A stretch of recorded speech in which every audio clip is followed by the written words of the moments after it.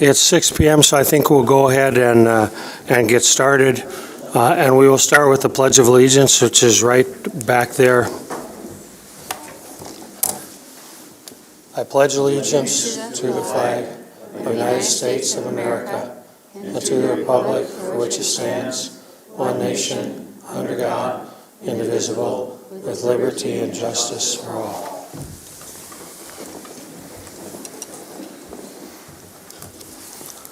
Thank you all for being here tonight. We'll go ahead and start with the reading of the school board meeting norms, which is on your electronic pages too. Jeff. School board meeting norms.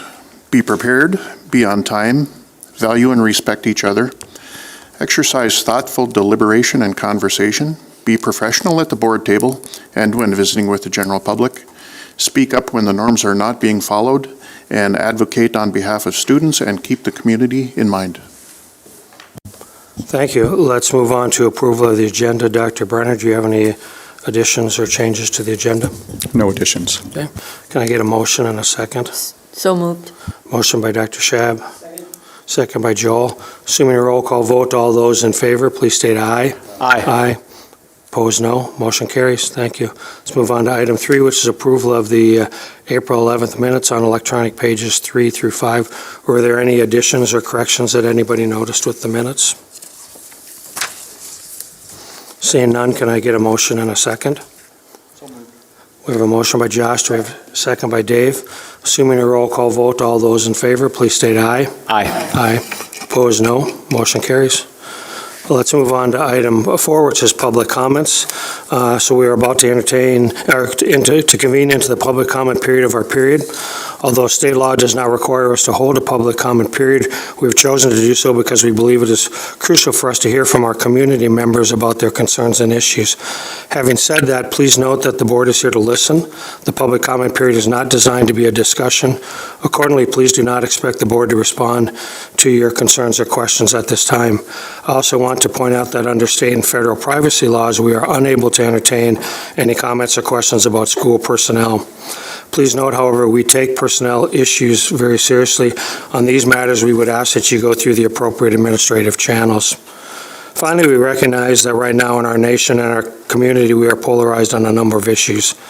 That said, we want our school board meetings to serve an example to our students, those members of our school board and the members of our community, that we can deal with controversial issues in a civil manner and demonstrate mutual respect for one another.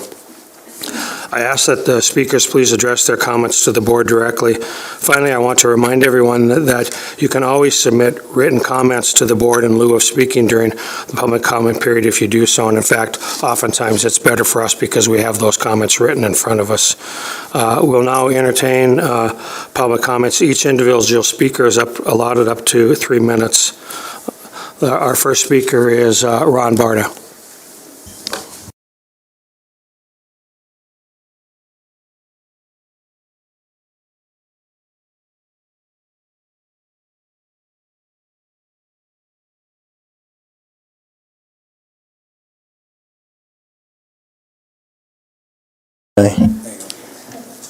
All right, you think I'd know better. Thank you for the opportunity. First, I want to thank the North Dakota Legislature for passing Bills 2360 and 1205. It was refreshing to see that.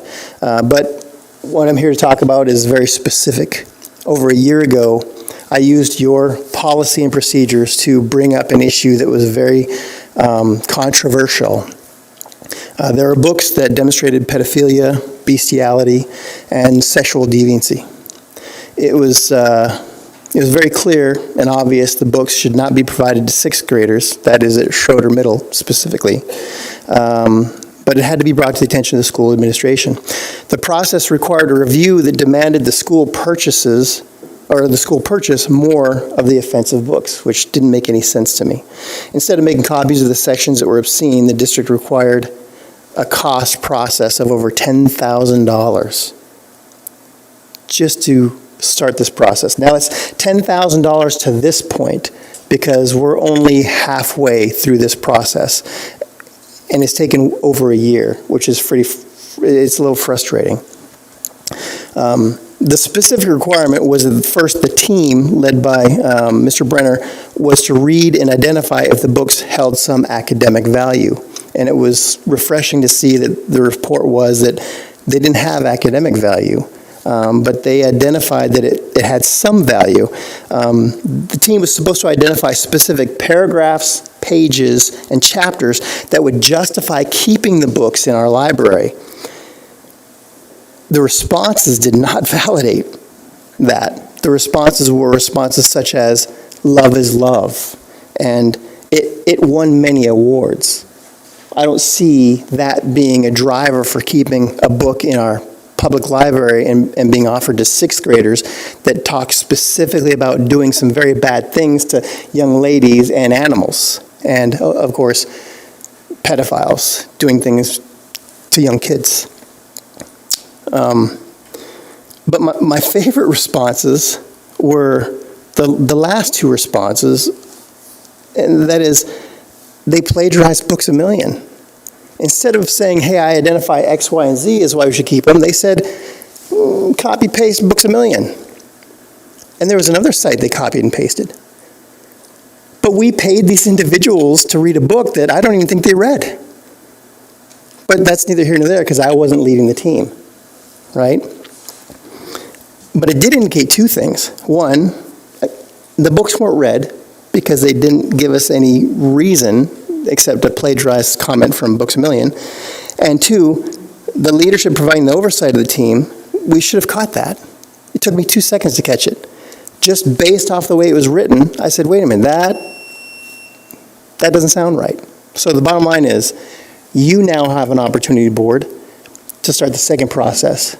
You have the rose, and I'm really hoping you do due diligence and protect our kids. But all this may be for naught because of the two bills that were passed. Thank you very much. Our next speaker is Tammy Haas.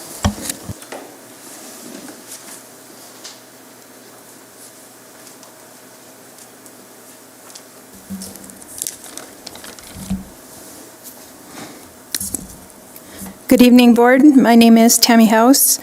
Grand Forks is my hometown. I went to school at Lewis and Clark, at South, and at Red River. My husband and I met our senior year at Red River, and he also was raised in Grand Forks. Both of us have worked in Grand Forks Public Schools, so we have insight from the inside and the outside. What I came here to share with you are concerns that we have for the value of safety and integrity in our school system. We have seen serious decrease in protection of the minds of our children. They are a vulnerable population, and we, the adults, need to look intently at the values we are presenting in the content of education offered through administrative regulations and guidelines, for example, the transgender and gender nonconforming procedures, and through other political and sexual content being taught to children. And we need to take a further look at the list of the books of information that Ron Barta has shared with you. I agree with him. We have laws that have been written or are about to be written, and I'm thankful for those as well. We will be seeing the removal of many of the specific books presented to this board, probably through legal actions. I ask you to remove them today, if you have not already done so. It is our responsibility to act on the safety and the integrity of all children. Sexually explicit content belongs nowhere in our curriculum, in our libraries, or in our schools. We appreciate those who work hard to protect our children. I'm grateful for the members who value the moral integrity for adults and for children. And I wish to sincerely thank you for your service to our community. Thank you. Just a comment before we go on to the next one. None of these books have been in the libraries since the complaint was received on May, I think it's 19th. So none of these books have been in the library because they're being reviewed, just so the public listening knows that. Thank you. Let's move on to our next speaker, Alyssa Curran.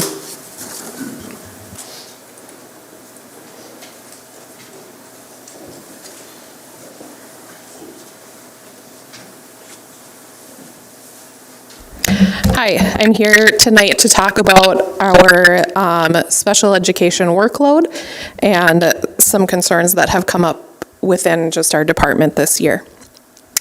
First off, I want to say that the reason we all show up to work every single day is because we love our kids, right? And we love our school and we love what we do. I think I can speak for a lot of people in saying that this year has been more difficult for us, not just at Century, but in my role as a ProAct instructor, just listening to my colleagues across the district. It's been a challenge this year.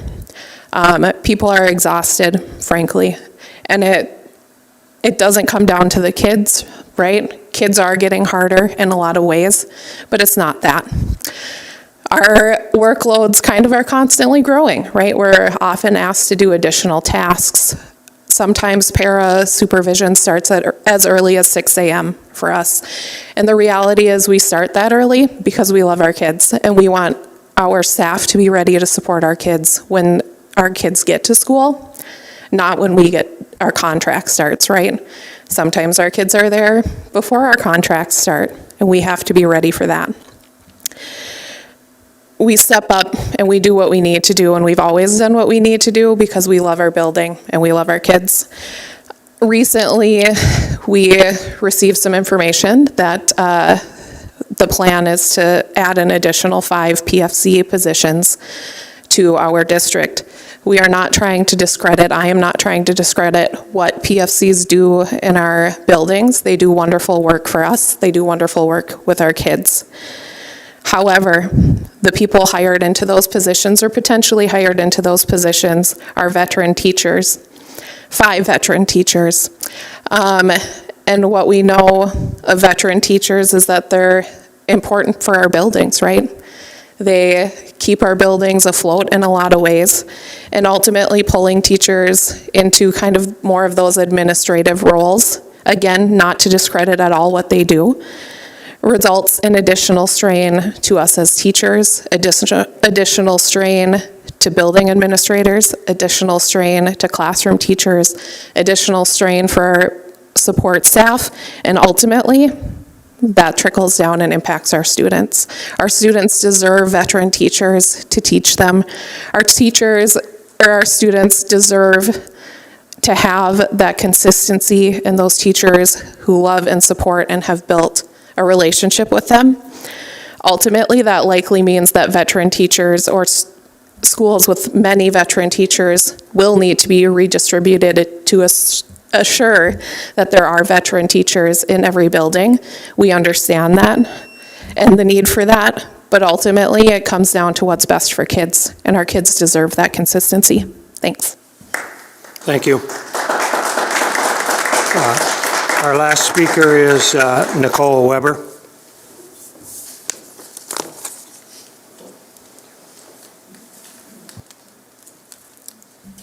Hi, my name's Nikki Weber, and 20 years ago, I interviewed and accepted my dream job working in special education at Red River High School.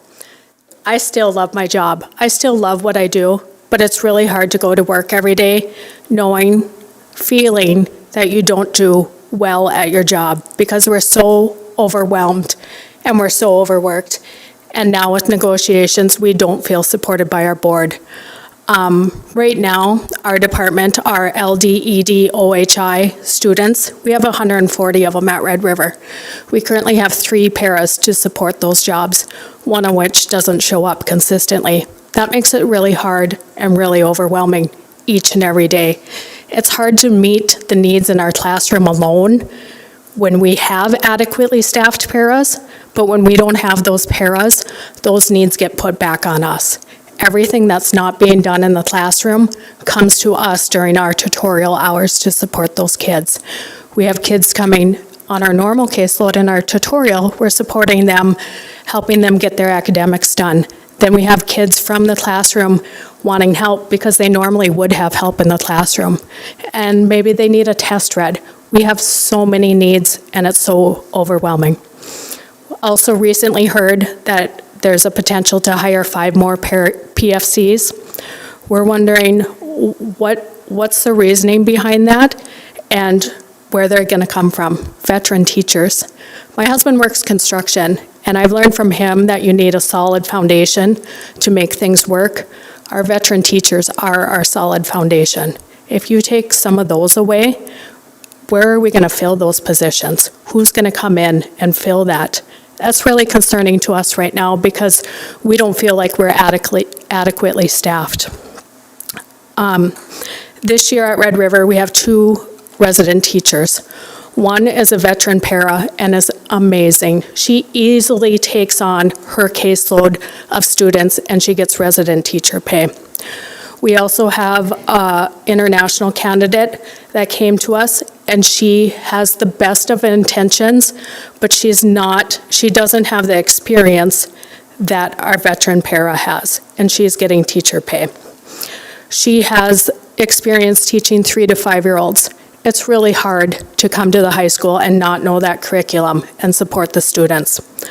We often wonder, where is the equity in that? Where is the equity for that resident teacher that was a resident or was a veteran para, has a ton of experience, and she's getting resident teacher pay versus the international candidate that can't handle as many students that's getting teacher pay. And then going into it, who's going to fill the roles after these people? Where do those positions come from? Thanks. Thank you. Let's move on to item 5, which is superintendent's recommendations for discussion. ECSE curriculum proposal on electronic pages 6 through 32. Dr. Lewis, our assistant superintendent for elementary education. Thank you so much, and I'm very honored to call up our ECSE team to share about this process. So thank you, Dr. Dietrich. We'll let you kick it off. Good evening. I am Lissa Diedrich. I'm the Director of Special Education. Hi, I'm Lori Scadam. I'm one of the process facilitator coaches that coordinates the ECSE programming. And we are excited to talk about the ECSE curriculum adoption process that we have gone through over the past 2 school years. So just a little bit about our ECSE programs. Currently, we have 94 students. Those students come to us throughout the year, so we are continually growing. Students generally come to us in 2 ways. We get referrals from parents or caregivers, and then we hold a screen. And during the screen, we look at the skills the students have, and then we look at if we need to move towards assessment and then qualification. We also do work with the Birth to 3 program, the Ann Carlson early programming, and we meet with them regularly to determine if students meet eligibility as well. So with those students, we have 8 classrooms. 3 of them are at Ben Franklin School, 2 of them are at Phoenix, 1 is at Discovery. We have a halftime program, it's at Wilder, and it's held in the morning, and then our Twining program is held in the afternoon.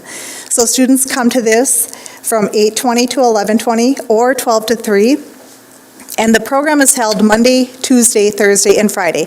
Some students qualify for 2 days a week, some for 3 days a week, and some for 4 days a week. It really depends on what the student needs to meet their goals. This is considered a setting C. That means that all students are in a special education program. They don't have general education peers with them. These are all students that have significant needs with communication, general development, fine and gross motor, or sensory. And they come to that program. They get education.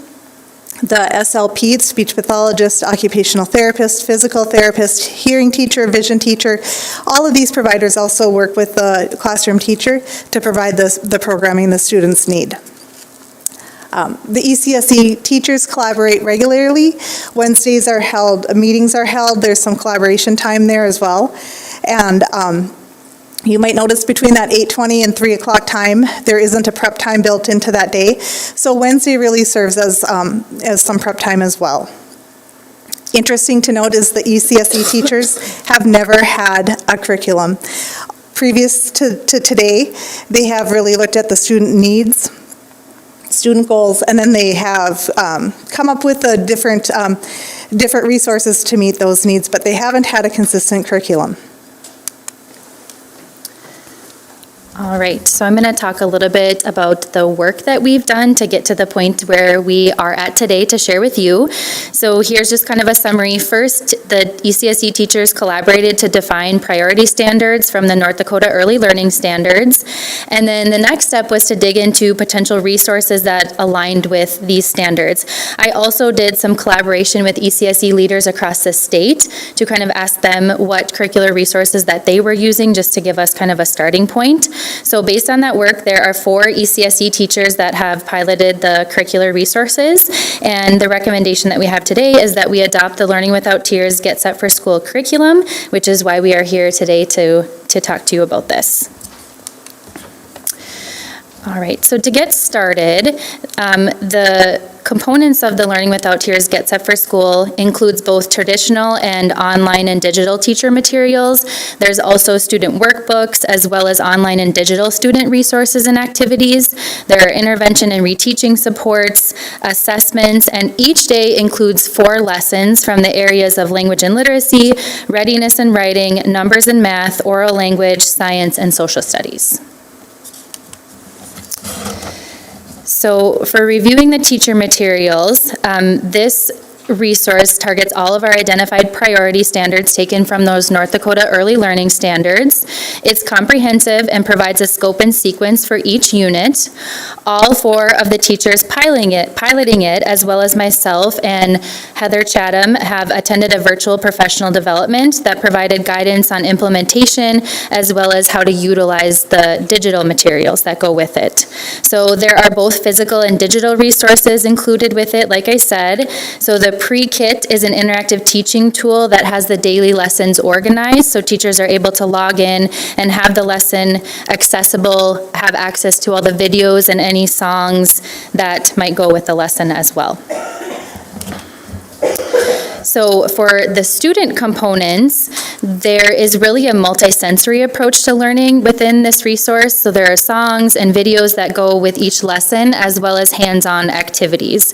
Each lesson provides suggestions on how it should be implemented, so students do get a chance to participate in both whole group, small group lessons, as well as there are some options for individual activities. And then each lesson also includes suggestions for both enrichment and adaptations. So here are some examples of an oral language lesson as a whole group. And so the objective for this activity was that students learn the 2 action verbs pour and strain. So in the first picture, you'll see the teacher teaching the vocabulary word using Squawker. So that's the puppet you'll see that comes with the kit. And so she's teaching those words explicitly. And then you'll see in the next 2 pictures that the students had an opportunity to both pour and strain while the teacher modeled those words in sentences to describe what they were doing. Then the teacher asked the group to expand by engaging them in conversation about things that you can pour and things that you can strain. And then the teacher provided additional opportunities to practice that skill by having the students pour the water into their cups at snack time.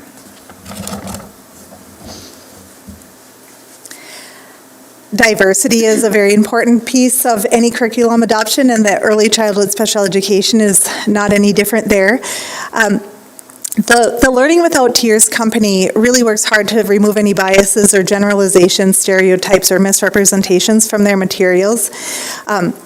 This is a really foundational resource, so we're really teaching those foundation skills of students getting to know who they are as a person, and then supporting them in their individual growth. The resource focuses on meeting the diverse learning needs of students through play. They have a well-defined purpose to serve as change agents, promoting, embracing, and celebrating the diversity of our colleagues, customers, and the students that we serve. Recognizing the rights of all individuals to fair and equal treatment, we strive to create and maintain an organization dedicated to inclusion. We provide opportunities for all employees to learn and expand their knowledge of equity-based issues to reflect within Learning Without Tears the change we hope to see in the world. This resource supports the foundational skills for students to learn who they are, and the materials are really flexible and allow for the individualization of the materials. So we have some pictures here of students using it, and it really shows in the first picture a student doing something more independently with peers alongside them. There's also some group work that you can see in picture 3. And then some of that, that we do it together work seen in picture 2. And this really just kind of shows how the resource can be flexible and really use the scaffold of I do, we do, you do, and really supports and includes all kids.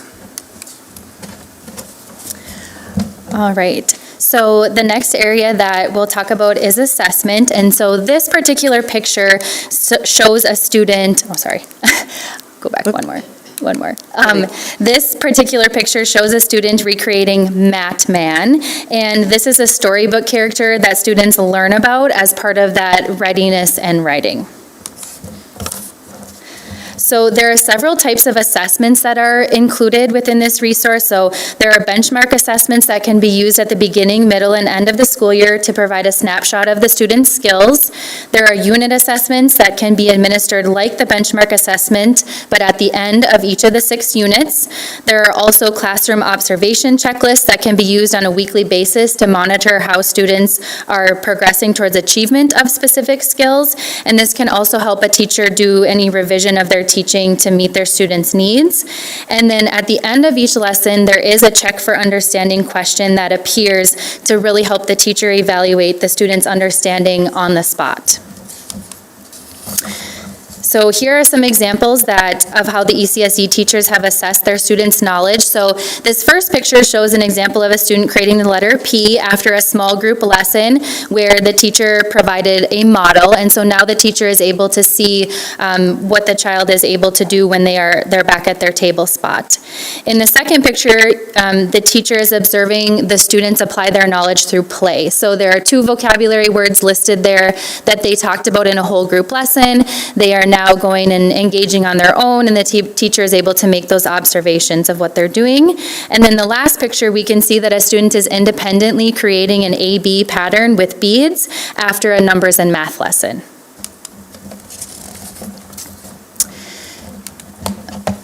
All right, so I wanted you guys to be able to hear directly from the teachers because they are the ones that have obviously been implementing it. And so I had 2 of the 4 submit quotes, and so I'm just going to go ahead and read it. So this is from Heidi Newbert, one of our ECSE veteran teachers that is at Phoenix. And she says, lessons are written in a way where it is easy to know what you need, easy to teach, and easy to adapt as needed.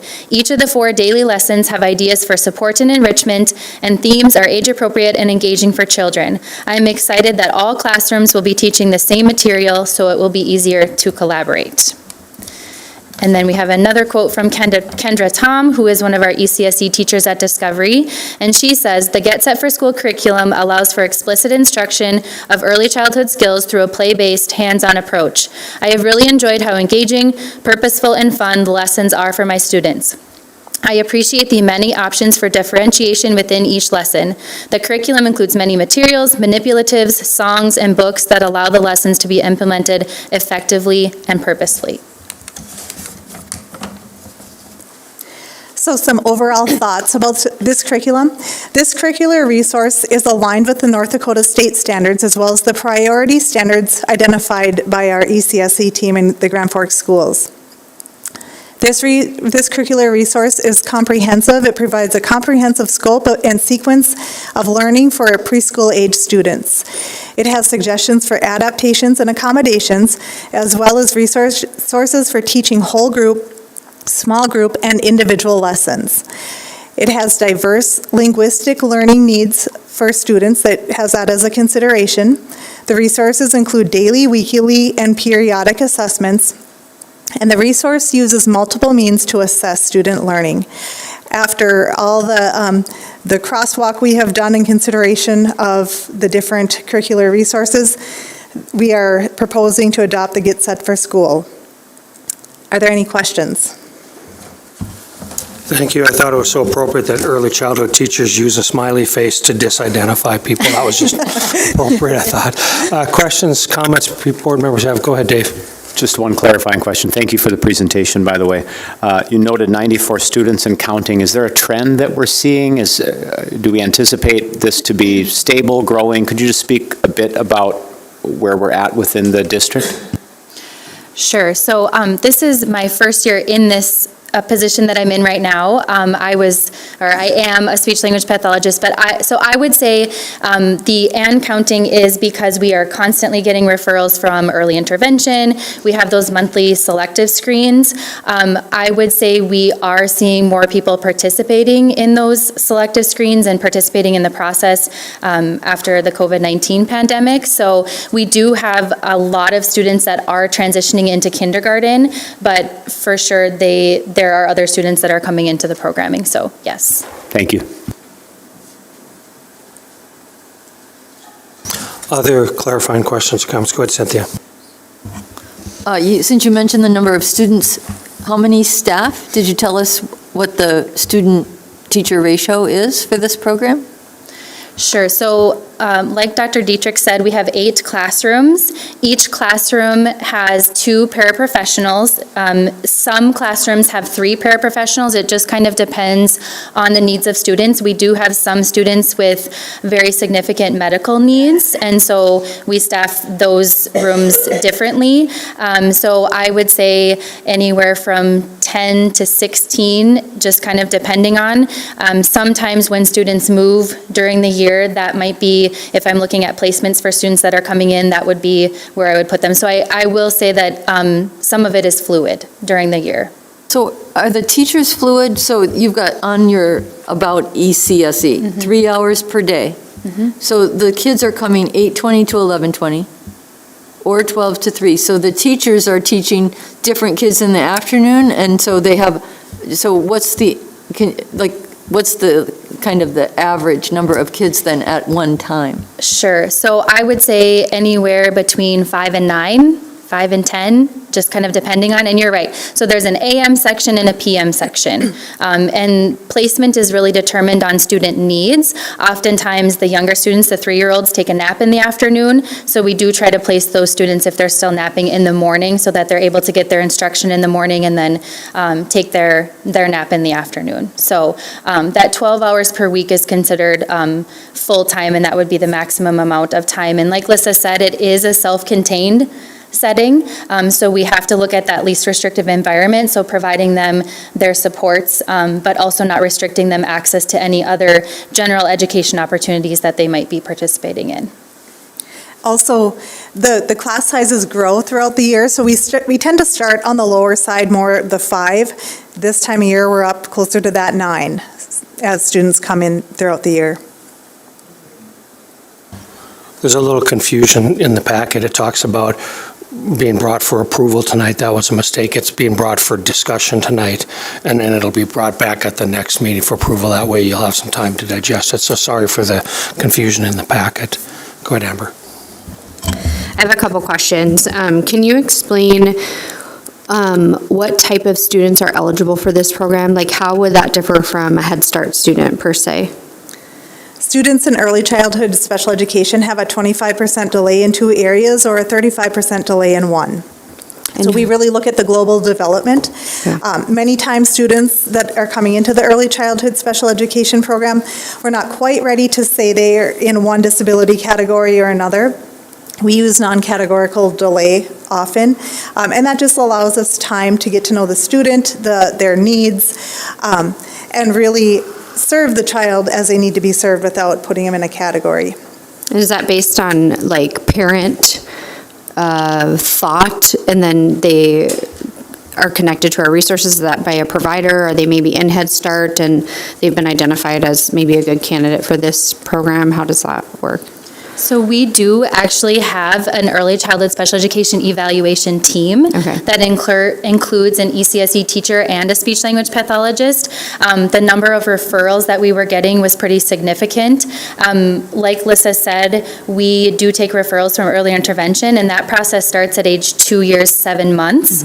So we sit down at the table and hold a student profile meeting, and we look to see if there are any other areas that we need to do further assessment in. And then when we come back together, we look at, how does the child compare to typically developing peers? Do they meet eligibility for special education? And that's the same thing, our monthly selective screens. The child goes through the screening. We have speech and language, social emotional, general development, hearing and vision. And then based off that screen, the team would recommend, if the child failed the screen, that we would sit down and go through that evaluation process. We do work closely with Head Start. So if Head Start has a student and they don't feel like that might be their least restrictive environment, we do work closely with them to have those conversations to see if there's more specialized programming that they need. Students need. I just have 2 questions about the curriculum piece. The first one is, you mentioned that there was no defined curriculum prior to this. So what was the teacher doing? Like, was it just sort of based on what they thought were the best needs of their students? What kind of curriculum was being delivered? Yes. And so while we know teachers are great and, they can do what needs to be done, yes, everybody was sort of doing their own thing for what they thought was best. And like we said, all of the students in our ECSE programming do have those individual education programs. So they do all have defined goals and areas that they're working on. But the rest of the time was really just based on what the teacher felt like was best.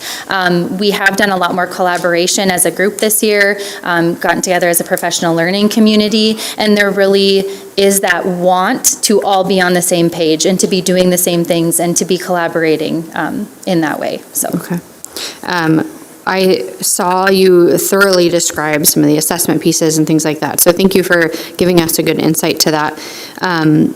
The current or the previous workload without a curriculum, will this now add to the workload of a typical ECSE teacher?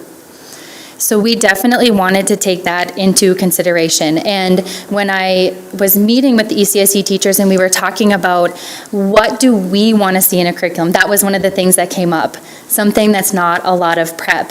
But we know in early childhood, for that learning, we need materials. It needs to be hands-on. It's not lecture-based. And so we've been able to kind of dig in and look ahead at the units to see, okay, what's coming up? How can we work together to prepare what might need to be prepared? So everybody kind of agrees that this will lighten the load with everybody being on the same page and having, being able to look ahead and knowing what materials are needed for the upcoming units. Any further clarifying questions? Go ahead, Cynthia. I don't see a price on this package, and I don't want to put Dr. Lewis on the spot, but I don't see it in the summary either. Is there a price point for this? I do have the Learning Without Tears quote. It is $19,500 to adopt this curriculum for all 8 teachers. Further clarifying questions or comments? The only comment I would have is there's oodles and oodles of research based that how effective these programs are. So if there aren't any other, do you have any final questions or any final comments? Or Dr. Lewis, do you have any final comments? If not, this will be brought back at a future meeting, correct? The only thing I forgot to say is the Learning Without Tears directly aligns with the Handwriting Without Tears that we have adopted already as a district in grades K-3. So the students are hearing that common language, and so we liked that they would start hearing that in pre-K as well in terms of letter formation. I forgot to add that. Well, thank you. Appreciate that, and we'll see it.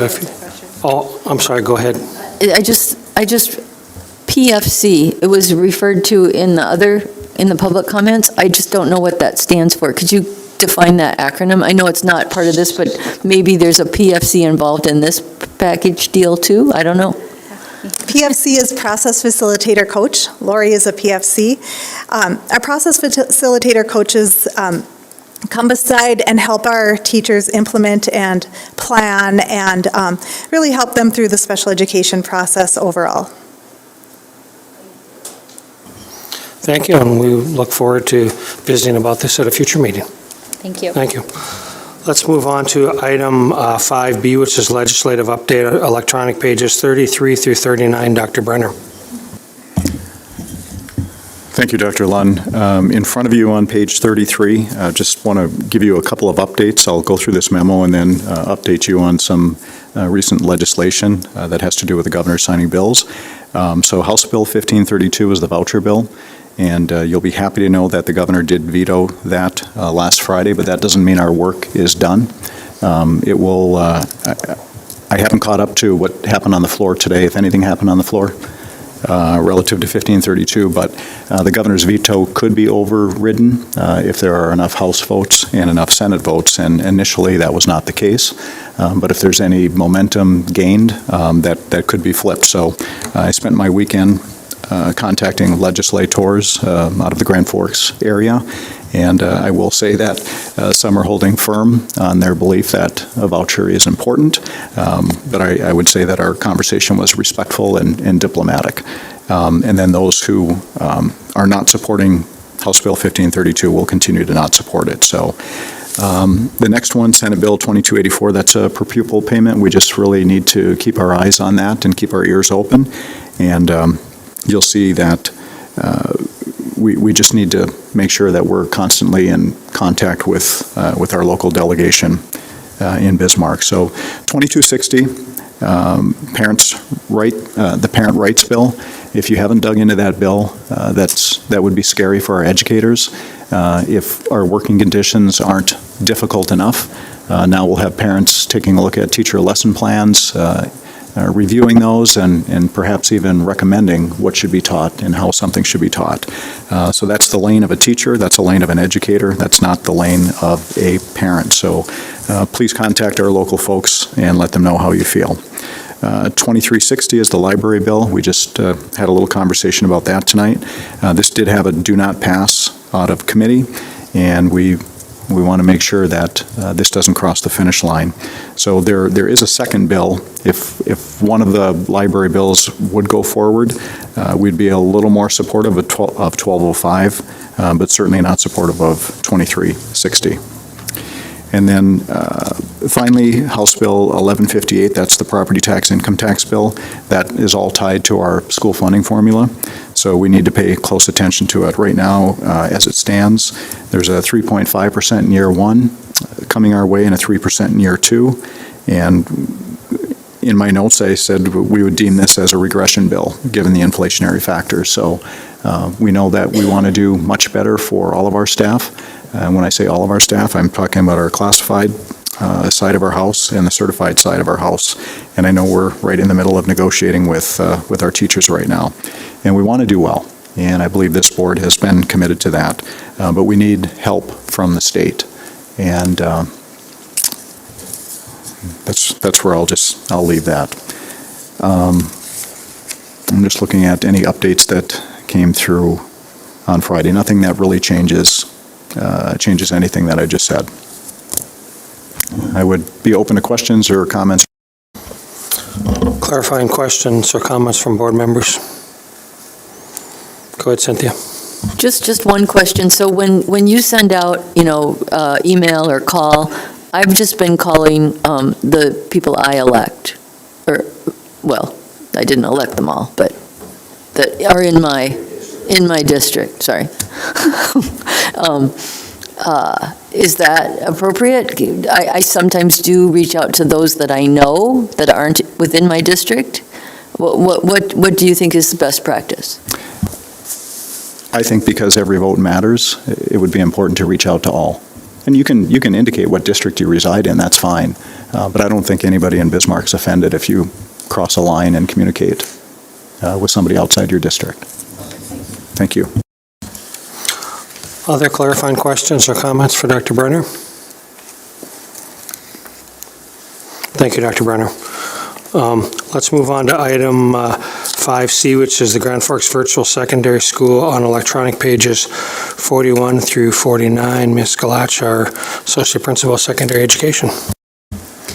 Good evening, Dr. Lunn and School Board. I'm excited to talk to you tonight about the Grand Forks Virtual School proposal. So you are all very well aware that during a not so distant from the past time, we encountered virtual learning when COVID put us all at home.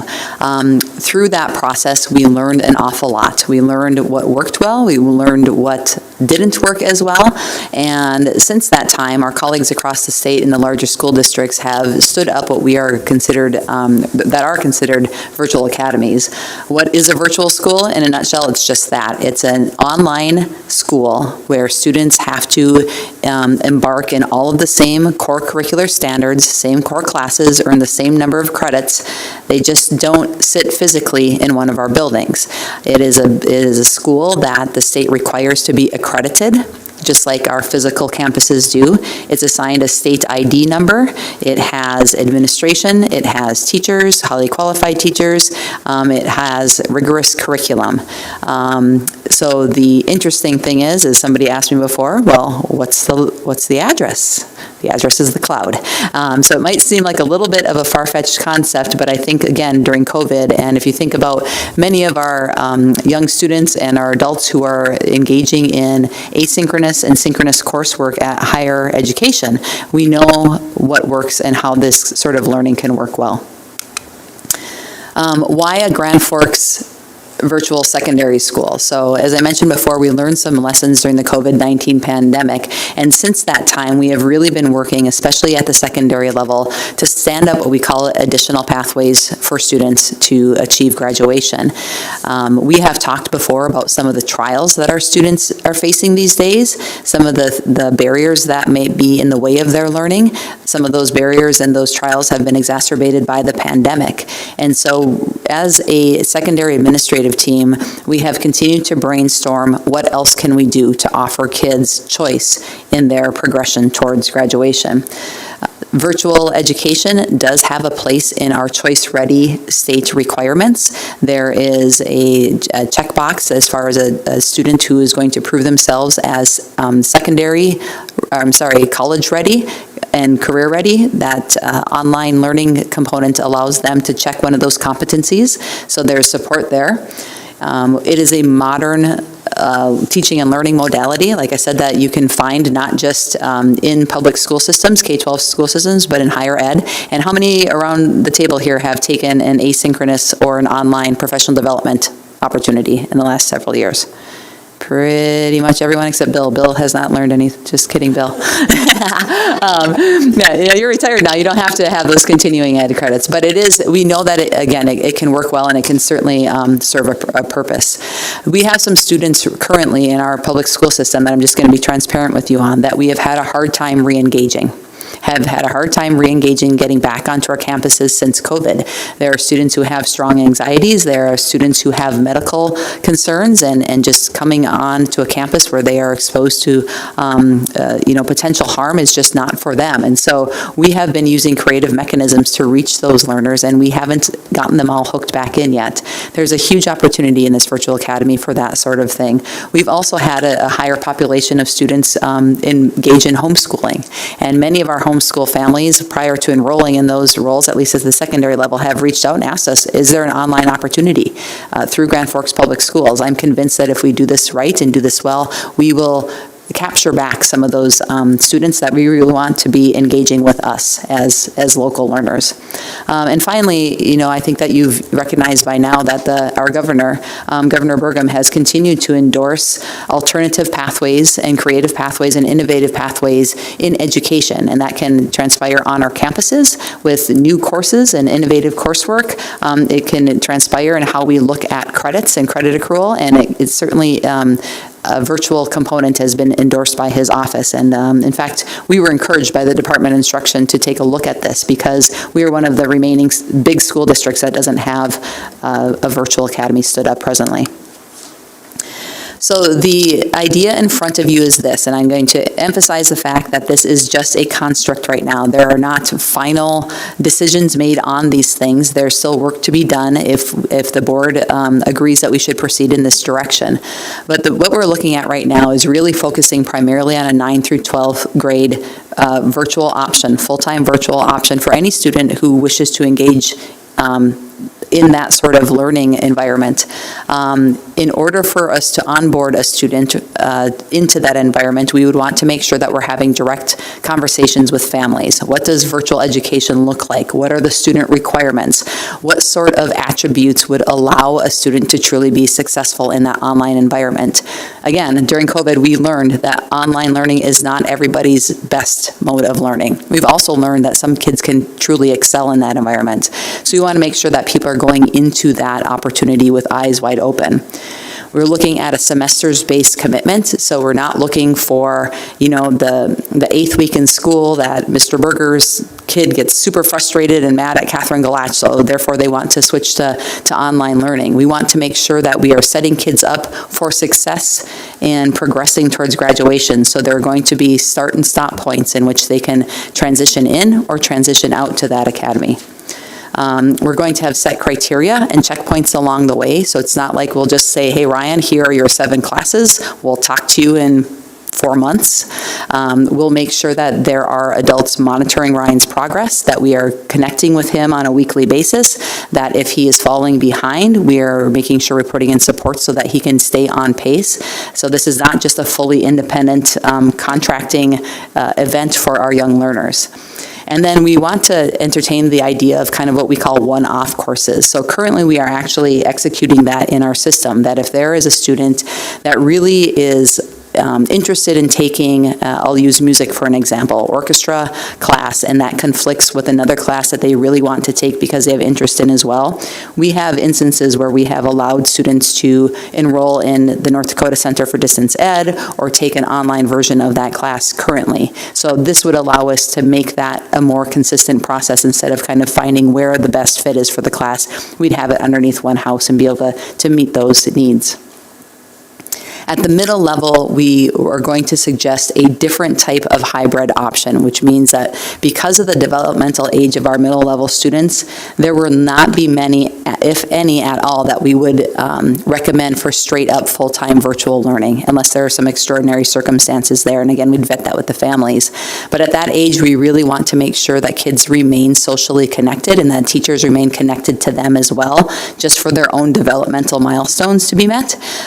So we are looking more at a hybrid option there where students would be enrolled kind of half-time and in the brick and mortar campus, and that would be their home campus that would meet all the accreditation standards and then be allowed to spend part of their day as well in a different environment, meaning the online environment. Again, coached by an online mentor and that sort of thing, but it would really be the best of both worlds in that regard.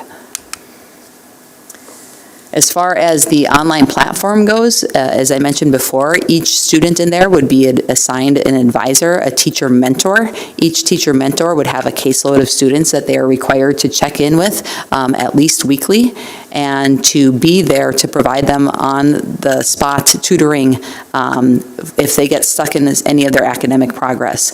We would also make sure that we have on-campus experts. So if I am the teacher of record, the mentor of teacher, and something comes up in a chemistry class and I don't understand the concept well enough and don't have resources to help the student through that hurdle, we would have the phone a friend concept where we'd have teachers on campus who are willing to be that phone a friend. We compensate them for the time and maybe they set an appointment with the student and really teach them and enhance the concept that they're stuck on at that time. So it'd be kind of a blended support system for our online learners in that regard. We would like our key assessments, and this is where a little bit more of that hybrid component comes in for the high school component as well, is that one of the things that we learned in online learning is that the ways in which students can demonstrate their knowledge are a bit more limited than in the face-to-face environment. And many of our online platforms have relied heavily on writing and reading and kind of traditional test taking as far as their assessments go. I don't believe that we are doing our young learners a great service by not also building up additional what we call transferable skills. So I think everybody around this table is aware that our high schools have what are called profiles of a graduate or portraits of a graduate, where they talk about students leaving our high schools with holding a certain degree of communication ability, where they can speak publicly as well as write, as well as read, that we want them to be good citizens, that we want them to be able to solve problems, that hands-on learning is really important, some collaboration and that sort of thing. So in this model, the proposal right now would have certain assessments that occur in any given core class move live, so that they would show up, and if Dave Berger is my mentor teacher and I need to give a speech on virtual academies, that I would show up and be able to give that demonstration of learning. That would allow us to make sure that we are truly preparing students for their next step, okay? There might be instances in which there's a barrier then again, and that's when we would rely on our online technology to try to simulate that. So maybe my speech is being delivered, but it's being delivered in a synchronous format to Dave Berger, if that makes sense. So we want kids to have touch points that are actual physical touch points as well when it comes to those assessments. Same thing, end of semester tests, the big unit tests, we want them to come onto our campus to take those assessments to make sure that there's integrity in the learning process before we assign an end of course grade. So that's a little bit of a different nuance than what you saw during COVID for sure. One of the things that we took as a recommendation from our friends down the road in Fargo is a little bit of a difference between our core classes and the online platform in which we would facilitate those, and allowing some enrollment in the North Dakota Center of Distance Education primarily for elective classes. We know that in our online platforms we have had fewer classes to choose from, and NDCDE has really done a nice job building up those opportunities. So some of those singletons would probably be offloaded to the North Dakota Center for Distance Ed. As far as staffing base goes, it would all be dependent on enrollment. We have consulted a number of people and know this from COVID as well, that we think a ratio of approximately 50 per caseload is a nice manageable, busy but manageable spot for our online teachers. We would also make sure that we are employing a special education certified teacher so that they can meet IEP goal minutes, and this board is very familiar with what that all requires. We would want to hire a support staff, somebody who could help with enrollments and disenrollments, help manage kind of the day-to-day, that administrative assistant, somebody who could go in and help troubleshoot some of the technical side of things. If there is a glitch in the system, somebody who can be on call for that sort of problem solving. And as I mentioned before, we need to have some sort of administrative oversight. There's, in this proposal, there is, and it's not a full-time position, but a component that would allow around 15, 20 hours a week for us to hire somebody who would be that dean or that AP of online learning. And they would make sure that all of the rules and the regulations, that if there are any conflicts, if there's anything that's going on, all the things that administrators do flow fluidly, that if families have one point of contact to reach out to, the State Department knows who's doing the checks and balances there and credits, the integrity of the system is maintained. And then, as I mentioned before, some hourly support. So again, if there's an individual who hits a hurdle in one of their online concepts, they would have a phone a friend at one of our main campuses who can help out, and we would compensate them for an hourly wage. Some miscellaneous things, so process steps to open an online virtual academy. First of all, we need to gain school board approval. In our last school board meeting, we read the preliminary policy that would allow us to open one in our district. Tonight, you're hearing just the preliminary proposal, and then the next step would be for me to come back at our next school board meeting and look for approval for this. After that, I would file with the State Department. We would get our own state ID, and all of that sort of back infrastructure would be stood up through PowerSchool, so we could register, we could set up the courses, we could set up the teachers, and that sort of thing. We would then advertise and open enrollment to our student population and hire staff accordingly. So that is kind of our next steps. A couple of nitty-gritties for you to be aware of, because I imagine some of the questions in your mind, I'm going to try to get ahead of them a little bit. One of the things that has been questioned on us before is, what about courses that can't be replicated in an online academy? So I'm looking at Mr. Olson over there. Band, for example. we would allow for students similar to a homeschool situation for them to come on campus for those courses that really truly can't be replicated online. So that might be for the buildings and trades, it might be for our music classes and that sort of thing. So there'd be a little bit more of a hybrid model in place for those students upon request. As far as students' participation in additional North Dakota State High School League sponsored activities, again, similar to homeschool, they would have access to those opportunities. So if they wanted to play a sport or join one of the forensics teams, any of those competitive activities, they would certainly have the ability to do so as well. It would be contingent on where they are physically located. They would be tied to their school and their home district, if that makes sense. I'm sure there are a million other questions that are on your mind right now, so I will stop babbling and do my best to field those questions at this time. Clarifying questions or comments for Catherine? Go ahead, Dave. I have two, but I'll ask them one at a time. Any idea of anticipated numbers? Has there been any sort of reaching out to families in the district to know if we're talking about 12, if we're talking about 100? I mean, obviously, there's no looking into the future, but is there any sense of how many students and families could be served by a virtual school like this? That's question number one. No, it chose not to do any preliminary solicitation around that because I thought it might send a false message and be a little cart before the horse. Our friends down in Fargo have about 300 secondary students, about 2/3, 1/3 high school versus middle school. And those are very rough numbers. In Mandan, I am going to be guessing right now, I don't remember the number that they have. It's fewer than that. Thank you. And question two, if I may. You talked a little bit about next steps, and I understand those so far. Assuming you're looking at a broader timeline than that, how soon would or could students be served? We were talking about opening enrollment. Is there a hope for? Next school year. Thank you. Other clarifying questions or comments? Go ahead, Cynthia. Mine kind of follows that. So the curriculum question, or the enrollment period. So you're not developing new courses.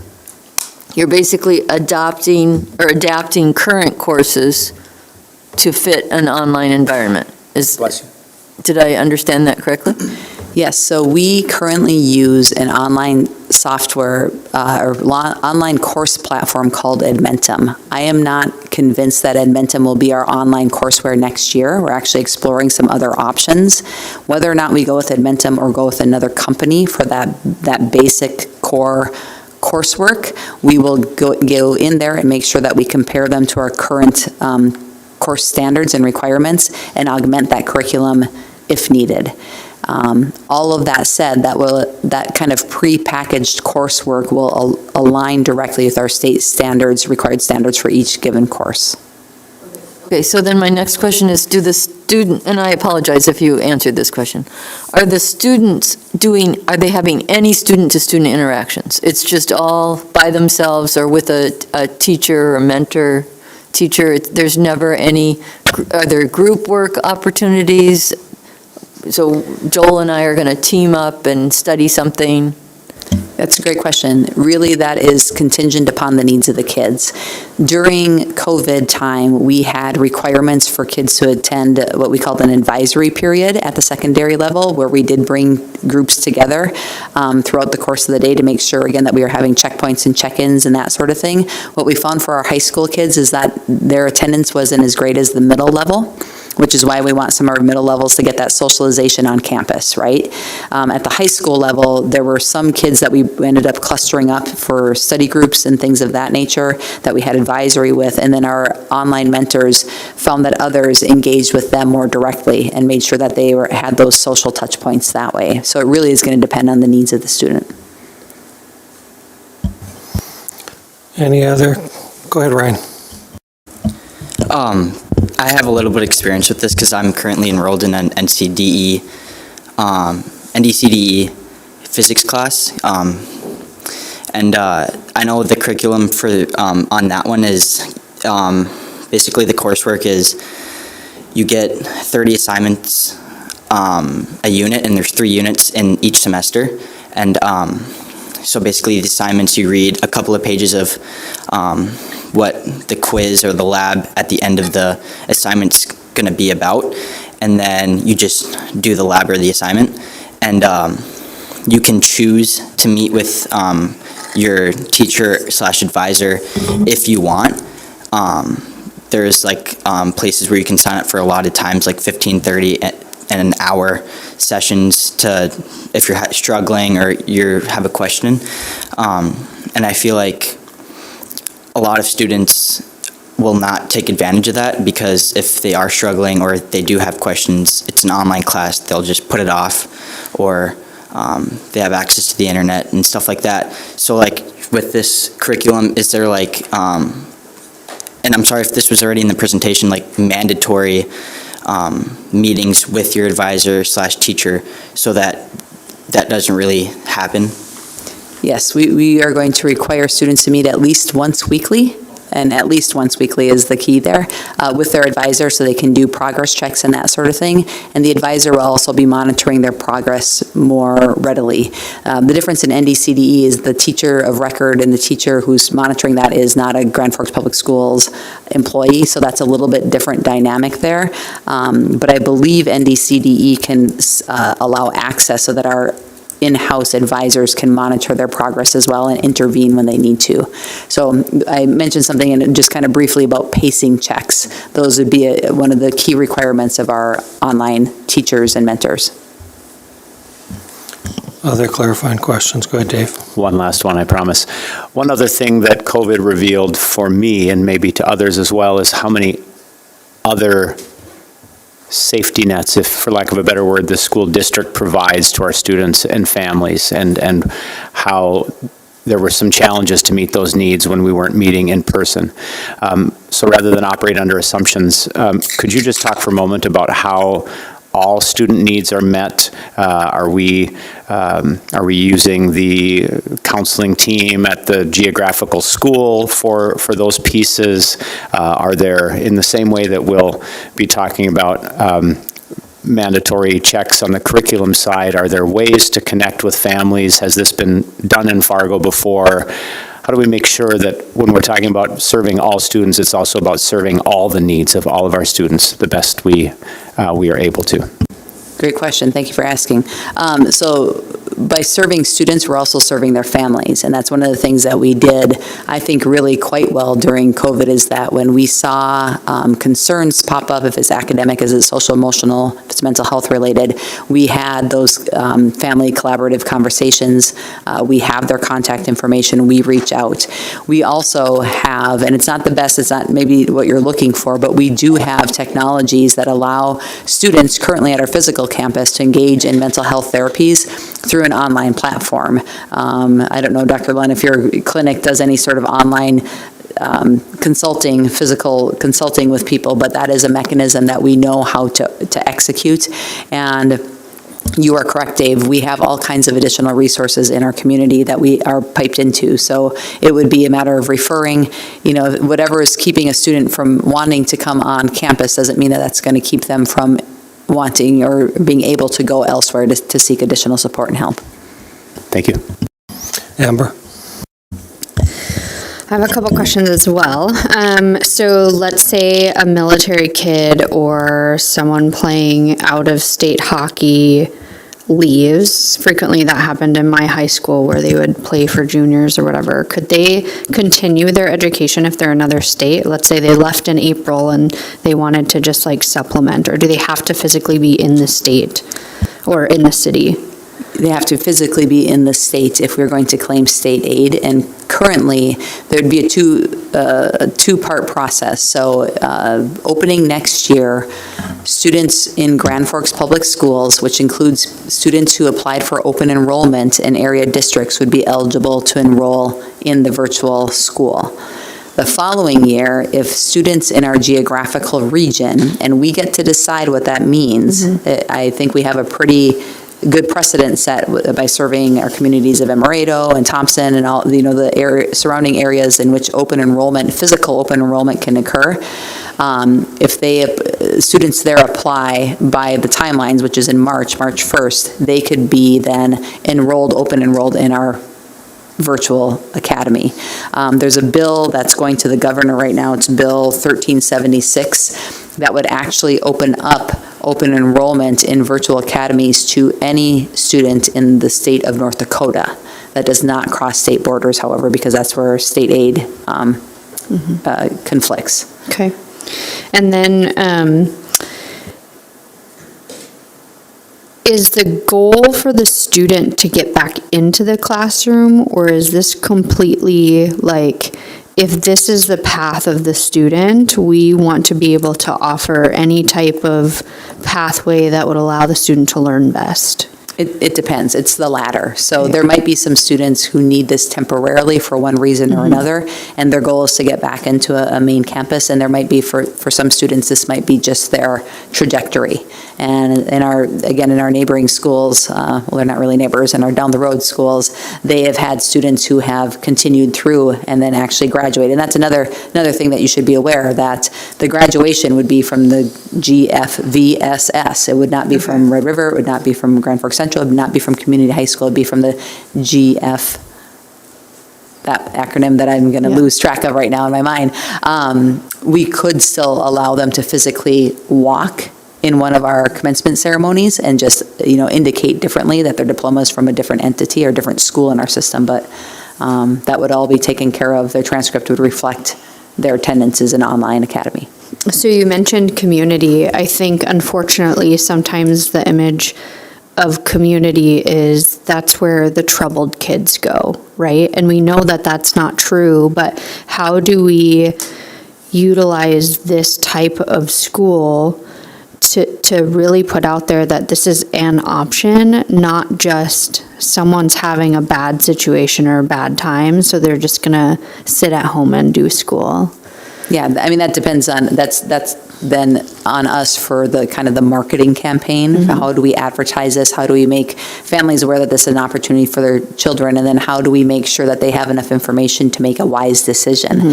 So when I talk about those intake sessions, we'll put out info in written form, kind of infomercial form, so like some sort of video that explains the key tenets of it so people can be good consumers in that regard, and then we will set up a physical meeting with them, or it might be a phone or video conference. So it's just about the marketing and campaign, for lack of a better word.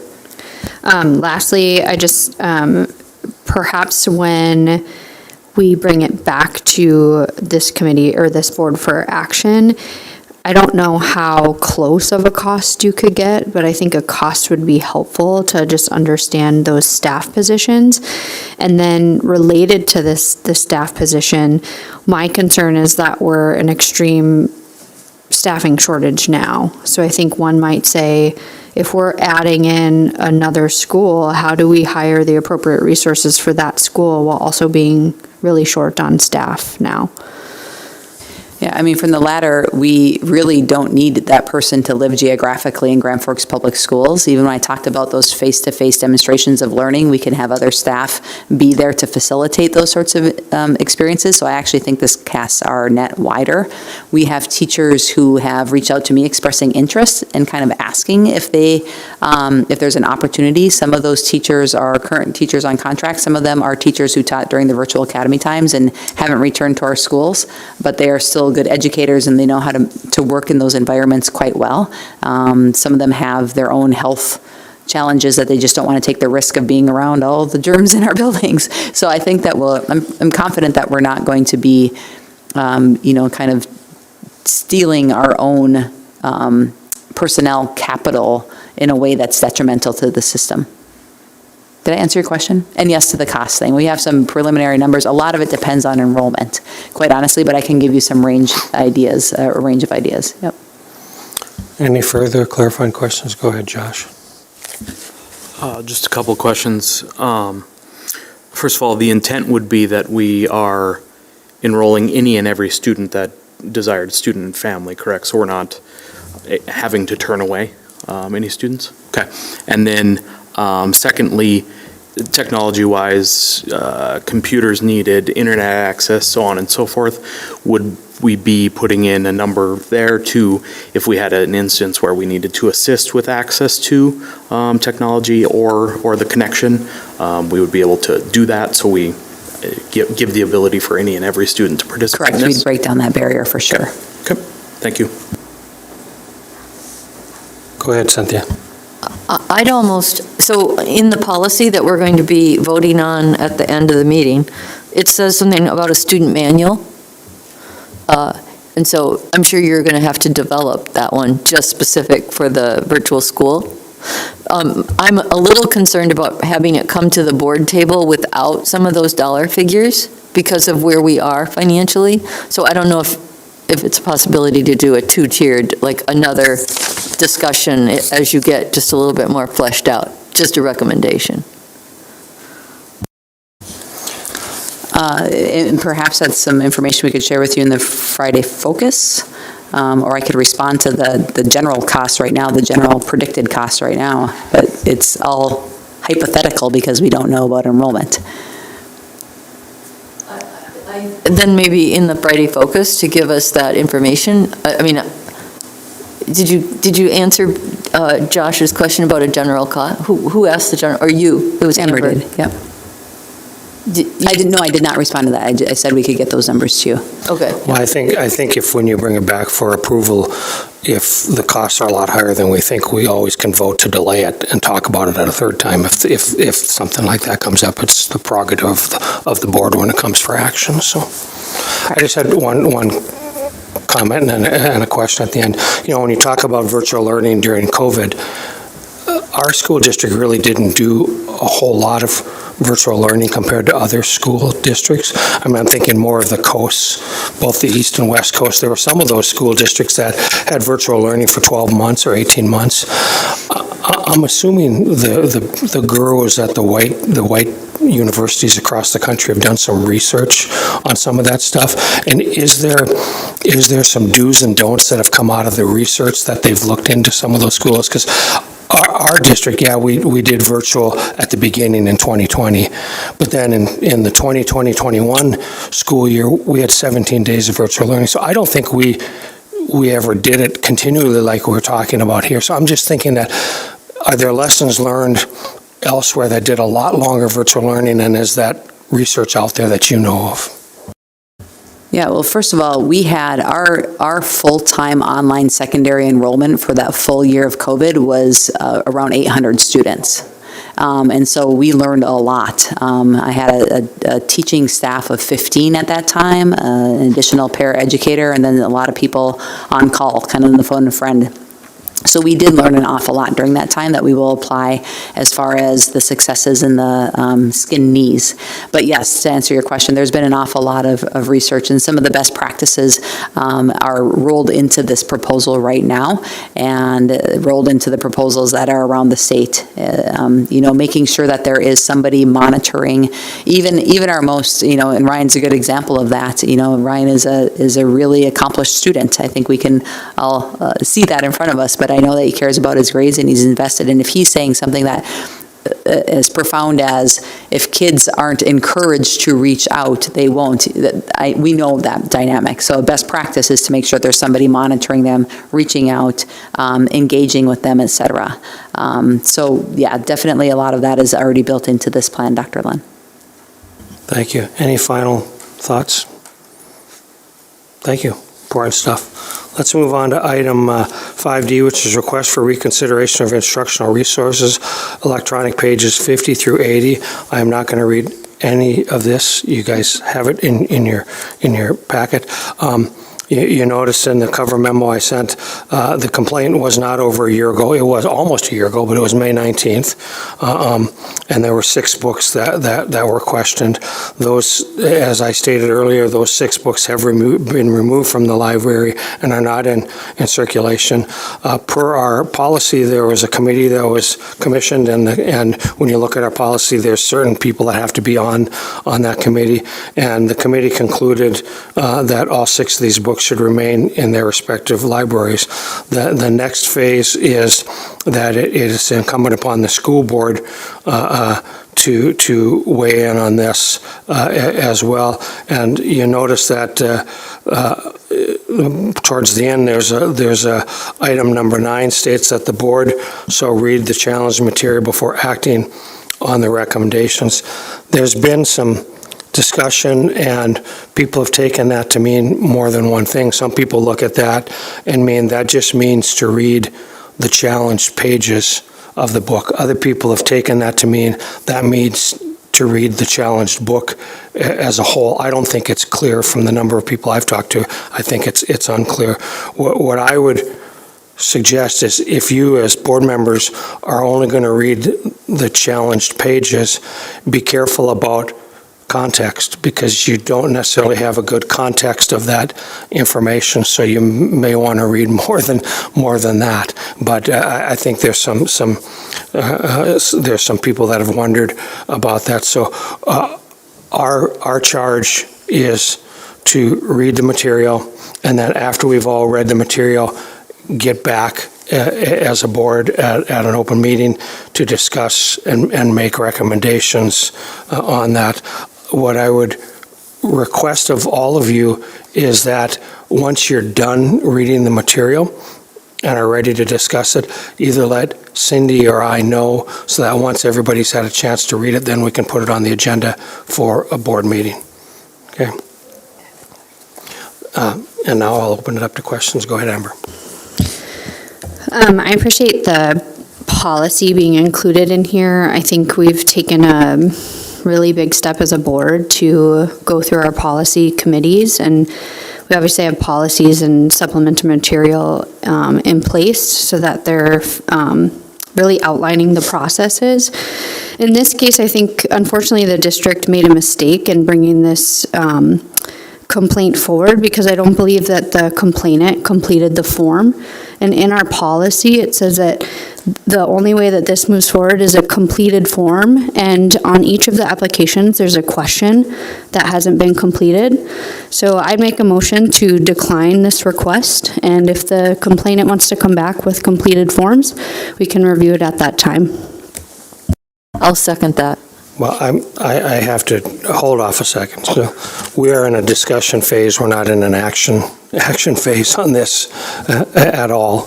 And I think we have to abide by our agenda now. I guess if the whole board wants to change this into an action, I think that would be a huge mistake. But this is a discussion part of the meeting. I think, Dr. Lund, just as a point of inquiry, I think the recommendation, it says requesting each board member read the challenge material and render a recommendation. So that would be an action of us as a board. And so I guess what the standing motion that I have is that we're declining this application for discussion because it's not a completed form. Well, I'll open it up for discussion to see what other people think. Go ahead, Bill. Yeah, I would just say we had our committee read the books and make their recommendations. I think it's only right that we would follow through on this. Other thoughts, questions? Go ahead, Josh. I would agree, and I would also say, I mean, if we're now 10 months in, 11 months into this, and we didn't decide this prior, I don't think we can just not take action on it from a board level. Any other board members have any thoughts? Go ahead, Dave. Just a clarifying question, perhaps some information about what wasn't completed and would need to be completed? I can answer that. He didn't say yes to, he hasn't read the book. So as a librarian, I am a librarian. I have a master's in library science, and I have, for the record, read all of these books. When the complainant came forth at the beginning of it, during the summer, I read them. So according to what I had been taught as a librarian, the person should read the book, and you could decline the complaint. But our policy doesn't really say that. I was trying to find, the building principal shall submit, I mean, I'm not quite sure if Amber's comment is totally embraced by the policy, so the policy needs to be reworked. So I just jumped on it because my training says they have to read the book before they can complain. You can't just pull out a few pages and complain about a book. There's nothing where I see where if you don't complete the form, it's can't be acted on. All it says is familiarity with the material, and it said, did you read, listen, or view the work in its entirety? If not, what parts? And then yes and no. So I agree with Josh and Bill. I think it would be really silly for us to not complete the process that's been going on for 11 months. Page 62 outlines that the completed form has to be submitted. So again, I think if we're going to set a precedent that what's outlined in the policy is not followed, I think we could easily pick this up if someone wanted to submit a completed form where we're at. But I just want the board to be aware that if we're setting a policy and there's a structure of how the policy should be followed, I think we need to honor that. So either we need more clarification in the policy, or, we just continue to move on in this instance. Dr. Brenner? I have a little more information to Board Member Flynn's comments, because we sent the complainant an email with its work. So he read parts of it. That's what he's saying. The complaint. Okay. I appreciate that additional information. I think that's helpful when we're going through these processes. So I'll decline, or I'll withdraw my motion. I'll withdraw mine too. Okay. Further clarifying questions about what our task is charged with. How do you get the books? I think after our executive session, we will hand them out so you can take them home, because they're not in the library. Okay. Further clarifying questions. Go ahead, Dave. I know you've asked for each of us individually to let you or Cindy know when we have read through them all. I know we don't know what we're getting ourselves into specifically, but could we tentatively commit to a timeline, a certain goal? I mean, I would rather not be wondering whether, I'm trying to read them in 2 weeks and somebody else is trying to read them in 2 years. So I just think some level of accountability, and, well, I wasn't singling anyone out. But I do think having some idea might keep us on track and continue to move this forward. I'm not suggesting a deadline necessarily, but some term that we could work within. How about by the end of June? Okay. Go ahead, Amber. The policy actually doesn't state, so 2 months, 2 years, 2 days, 2 hours, all of them would be acceptable, actually. Go ahead. Is there an option for purchase or reimbursement for audiobook? No. Further clarifying questions? Seeing none, let's move on to item 6, which is superintendent's recommendations for action. Consent agenda on electronic pages 81 through 92. Can I get a motion and a second for the consent agenda? Motion by, who is that, by Bill? Motion by Bill, second by Josh. Assuming a roll call vote, all those in favor, please state aye. Aye. Aye. Opposed, no. Motion carries. Let's move on to items 6B through F, which all revolve around Head Start. And we have Dr. Lewis here, and then we have Tracy Johnson, our Director of Head Start. Let's start with item 6B, which is Head Start Cost of Living Adjustment Grant, electronic pages 93 through 95. And Dr. Lewis, is it straight to Tracy? Go ahead, Tracy. Good evening. Thanks for having me again. The first grant I'm going to talk about is the Cost of Living Adjustment, otherwise known as COLA. The Administration of Children and Families wrote us a letter saying that they would give us $159,534 if we applied for COLA. With that said, I would like to apply. And we will use that to supplement the salary fringe benefit package in the amount of $159,534. That involves current positions that we have filled, and we have some positions that we have not been able to fill this year. We're in the process of filling some of those for the next school year, and then hoping to fill the others. So that does include staff that we don't have quite yet. Clarifying questions for Tracy or Dr. Lewis? Go ahead, Amber. I know it says the administration of children and families, but how is the cost of living adjustment decided? Like, is that state by state? Is that the administration of children and families, or? Correct, yep, so the Office of Head Start. That's so it's through the federal government. Okay, so would that mean like the cost of living adjustment is 5.6, like for all positions in North Dakota, like everywhere, or is that just for Head Start like positions? For any Head Start program. So the federal government, gave this letter to every Head Start program if they chose to apply for it. Further clarifying questions? Go ahead. So for every position in the Head Start, correct, they get a 5.6% raise? No. No. It will go towards the salary and the fringe benefit package. So Head Start is paid for through a federal government. It's not in the general budget. So the district pays a very large portion of the fringe benefit package for health insurance.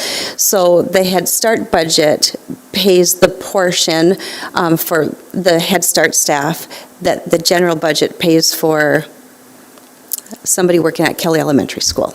Does that make sense? I think your page 94 of the electronic packet kind of explained that, but I just got a little confused there. Sure. Thank you. Any other clarifying questions? If not, the administrative recommendation is to approve the COLA grant at $159,534. We have a motion by Jeff. Do we have a second? Second by Joel. Assuming a roll call vote, all those in favor, please state aye. Aye. Aye. Opponents, no. Let's move on to 6C, which is the Head Start Quality Improvement Grant, electronic pages 96 through 98. Tracy. Okay, again, Administration of Children and Families, they sent every Head Start program a letter stating you could apply for a specific amount.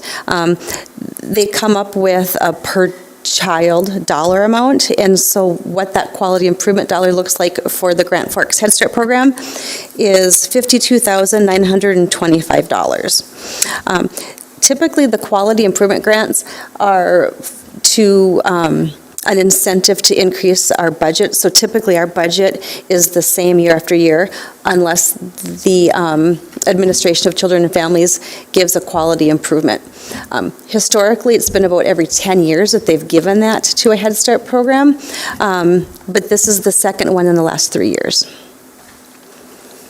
And we will be using that money towards a designated teacher sub moving forward into the next school year. We have been short-staffed about, on the average, 7% every day. We've had to close some classrooms because we haven't had enough staff, and so the designated sub is very important to our program so we can keep classrooms open. And then the remaining balance of that budget we will be using to, for professional development. A lot of our children have lagging social emotional skills due to some trauma that they have experienced. So we would like to use those dollars to train our staff regarding how we can best serve children who have been impacted by trauma. Any further clarifying questions? Go ahead, Cynthia. So it sounds like these are pretty, like the grant is kind of a given if you apply, or is that not the case?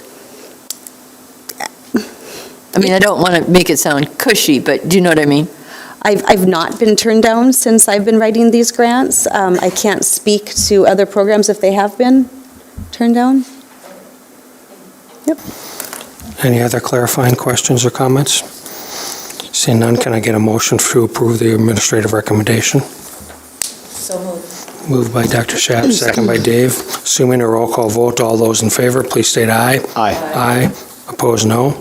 Motion carries. Thank you. Let's move on to 6D, which is Head Start suspension and exclusion policy, electronic pages 99 through 101.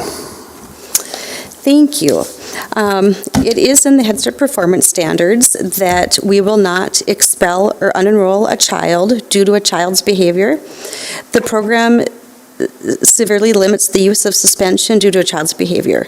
A temporary suspension may only be used as a last resort in circumstances when there's a safety threat that cannot be reduced or eliminated by the provision of reasonable modifications.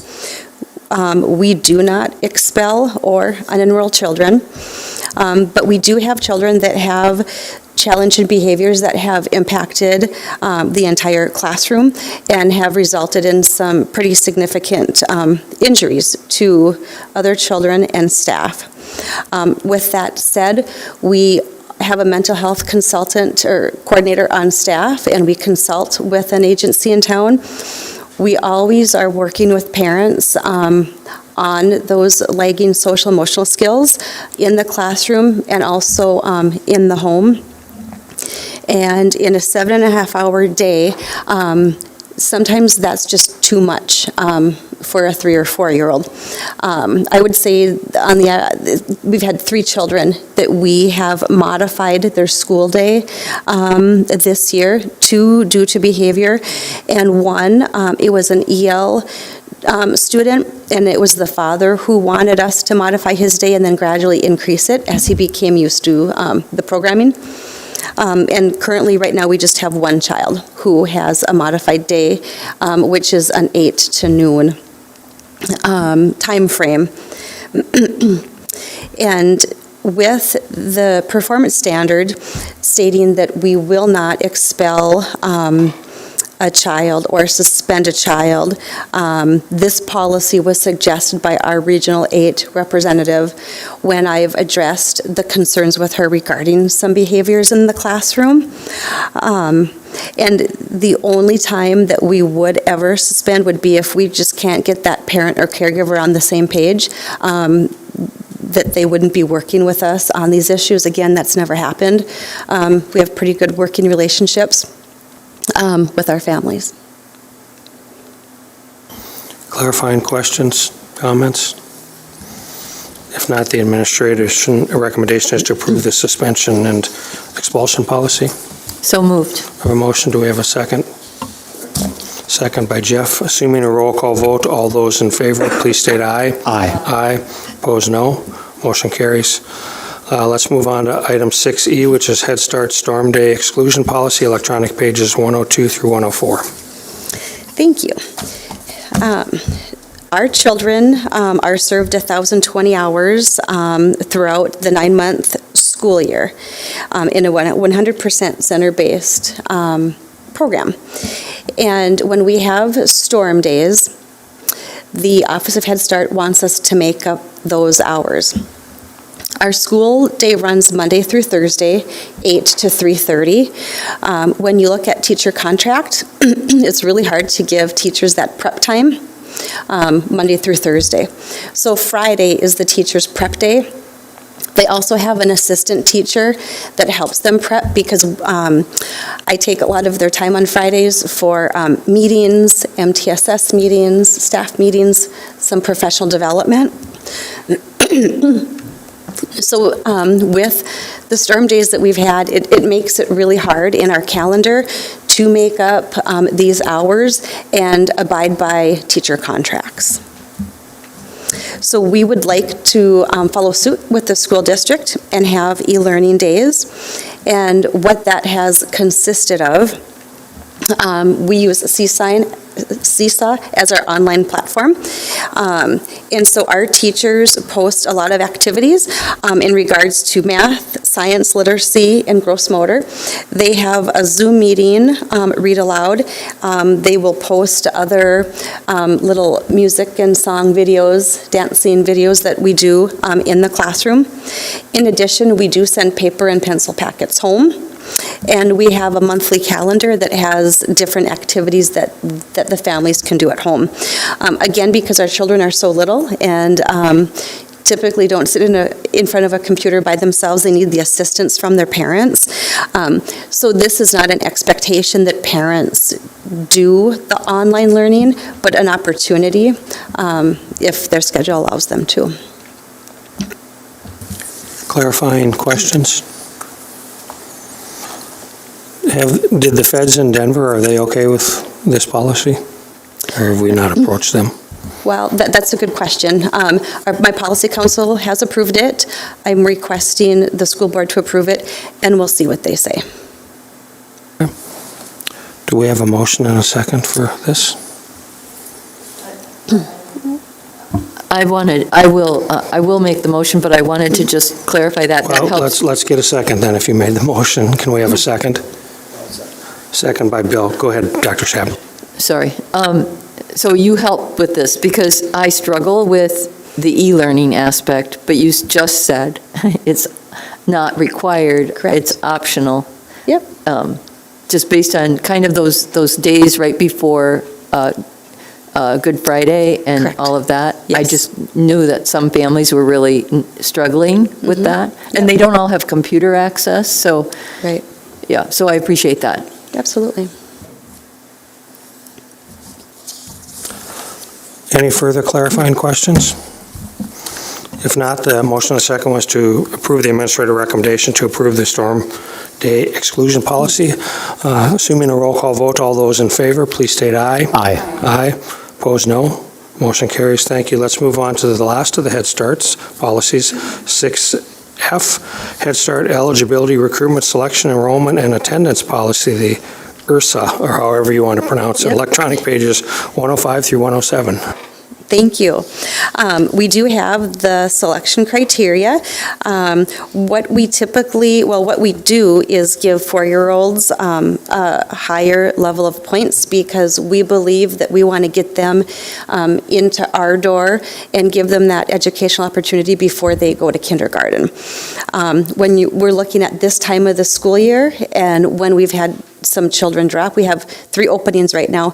So we go to our wait list and we call the parents. So our selection criteria says that we're calling those 4-year-old families first.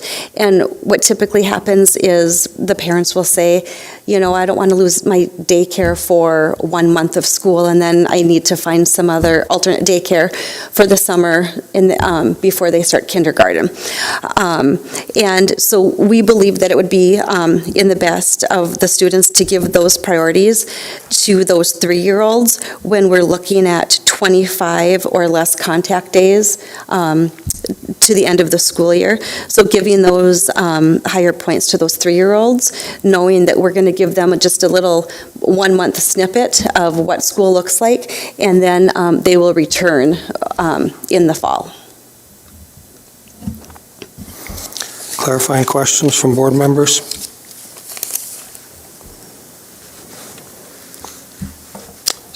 Cynthia, you look like you have a question. I'm making all the motions. I'll make a motion to approve. Do we have a second for Cynthia's motion? Second by Josh. Assuming a roll call vote, all those in favor, please state aye. Aye. Aye. Opposed, no. Motion carries. Thank you, Tracy. Thank you. Let's move on to item 6G, which is appointment of Nathan F. Twining, elementary and middle school principal on electronic page 108. Catherine and Brenda, is that both of you, or? Thank you, Dr. Lund. You've heard a lot of my voice tonight, so as Dr. Lund mentioned, on page 108, you'll see a memo from Dr. Lewis and I recommending the appointment of Mr. Chad Kurtika to fill the principal position at Nathan F. Twining Elementary and Middle Schools beginning July 1. I believe you're all aware that Ms. Sherry Bilden, the current principal, has put in her retirement letter, and we're really excited to to bring in another story leader. So Mr. Kritika has demonstrated servant leadership skills by coaching and developing others, designing collaborative structures, building positive school culture, strong communication, social emotional learning, data-driven decision-making, and understanding and executing the high reliability schools framework. He has past history in our district, teaching grades 4 and 5. He also has served as an IDC, and he currently is working as the associate principal at Discovery Elementary. We had a broad interview team that consisted of teachers from Twining, counseling staff, social emotional learning specialists, who also was a parent. We had district leadership present that day as well. So the administrative recommendation is to hire Mr. Chad Kritika as Nathan F. Twining's principal for the 23-24 school year at a salary of $102,103, school factor of $2,500, and travel factor of $1,557 for a total of $106,160. Clarifying questions, comments? Seeing none, do we have a second on? We have a motion by Dave and a second by Bill. Assuming a roll call vote, all those in favor, please state aye. Aye. Aye. Opposed, no. Motion carries. Thank you.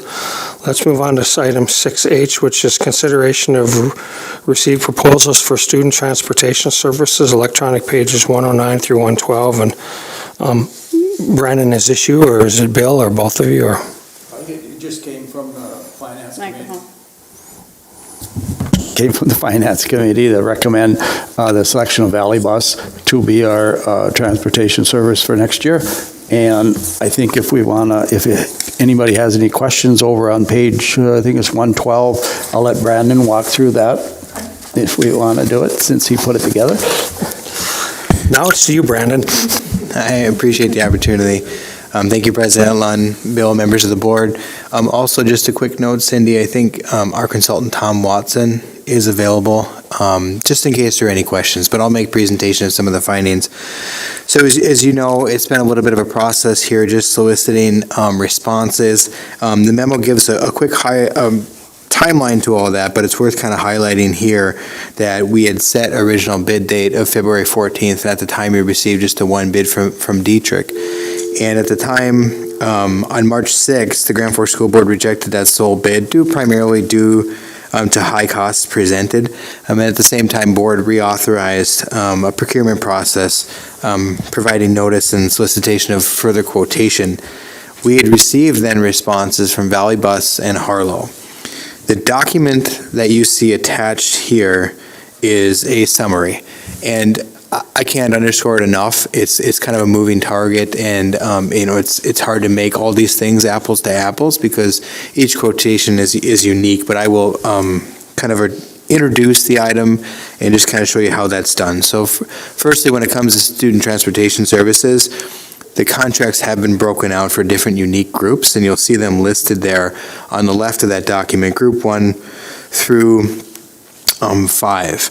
And then there's further articulation to not just the routes themselves, but also bus monitors, etc. As you move from left to right on the document, you can see some historicals, actuals, and budgeted amounts for previous years, as well as the current year's budget, year to date, and then a projection to where we think we'll end up. When you look at the far right 3 columns, you'll see the responses to the quotations. It's articulated in the bottom left-hand corner, but this is primarily by looking at current billings for the month of October and then projecting those across the remaining months to try to find a way of comparing these. So you'll see the summary here goes down midway through that document, where under Valley Bus, the third from the right, you'll find a number of 1.989 million, which is the apple compared with the 2.79 million under Harlow's and 2.47 million under Dietrich Bus. Below that further is just a little bit more detail. Even stepping into that, there are more details that are even difficult just to kind of include. For example, the current contract with Dietrich is that we are sharing in fuel costs, whereas some of the bids received would, including both Harlow's and Dietrich, would shift all those fuel costs to the district. Valley's is a similar as the current year contract where it's a 50-50 split. And then further, maybe I'll just actually take a second to pause there. So really kind of just reiterate and drawing your attention to those far right 3 columns, and under the row entitled totals, midway through that, you can kind of see how they're stacking up. Just in case there's any questions, or I could go on. Are there any specific questions about those dollar figures? If not, we'll let Brandon go on. We can always come back if we have questions too further. Go ahead, Brandon. And then just in that bottom right-hand corner comes just a little bit of the logistics of what it looks like to, if the board were to take action to award the bid to a new company to the area, what would it look like to actually have them come and set up? There's a few things that are needed, including buses and a place to park the buses. And so a part of this bottom right-hand corner contemplates that. We have been in communication with Dietrich, and I'll just underscore a couple of things. Dietrich has continued their commitment through this contract. There would be a key handoff between vendors should you choose the Administrative and Finance Committee's recommendation, and they've reiterated a commitment to seeing this contract through, as demonstrated here by Mike Cornell, who's sitting in the audience to be at this conversation. Further, in speaking with ownership and management leadership within the company, there is a willingness to discuss the bus barn facility, the terminal here in Grand Forks, and then the private property assets such as the buses and the associated parts within the building, et cetera. And so a part of what's being recommended here tonight is to accept the Valley bus bid, but then to also provide me license to pursue the contract details and bring back to the board for acceptance, and to further pursue what it could look like for real estate acquisition for the school board of that property, and really work between the two vendors just to see that seamless transition happens. So on June 30th, students are getting off a bus from Dietrich, and July 1, they're being picked up by a Valley bus, and that we don't skip a beat in our service. So just to reiterate here, spreadsheet provides a summary of how these things compare. Administrative and finance recommendation is to accept that Valley bus bid and begin working out the details prior to the contract commencement July 1. And I believe Tom Watson is available here on the phone. So Tom missed a bit of my presentation, but trust Tom, I did it well, in case you have any questions. But he is a wealth of knowledge, and he certainly helped the school district through this entire process. So let me just clarify. So what you're asking for tonight is that we approve the recommendation, but the finalized contract will have to come back to this body again obviously before July 1. Is that correct? Yes. Okay, thank you. Can we open it up for questions from board members, comments?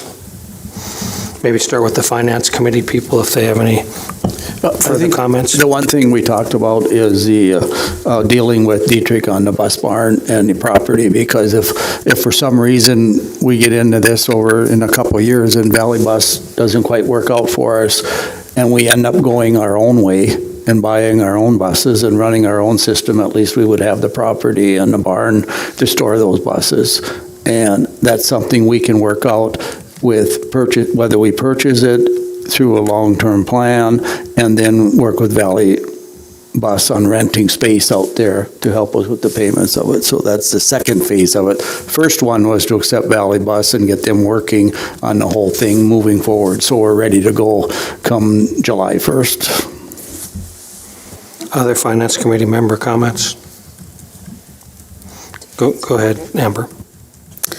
A couple things that we discussed, and I think they're possibly in the minutes here, but we did talk about that it would be the district's intent to continue to cover the cost of that transportation and not put that cost back on the families.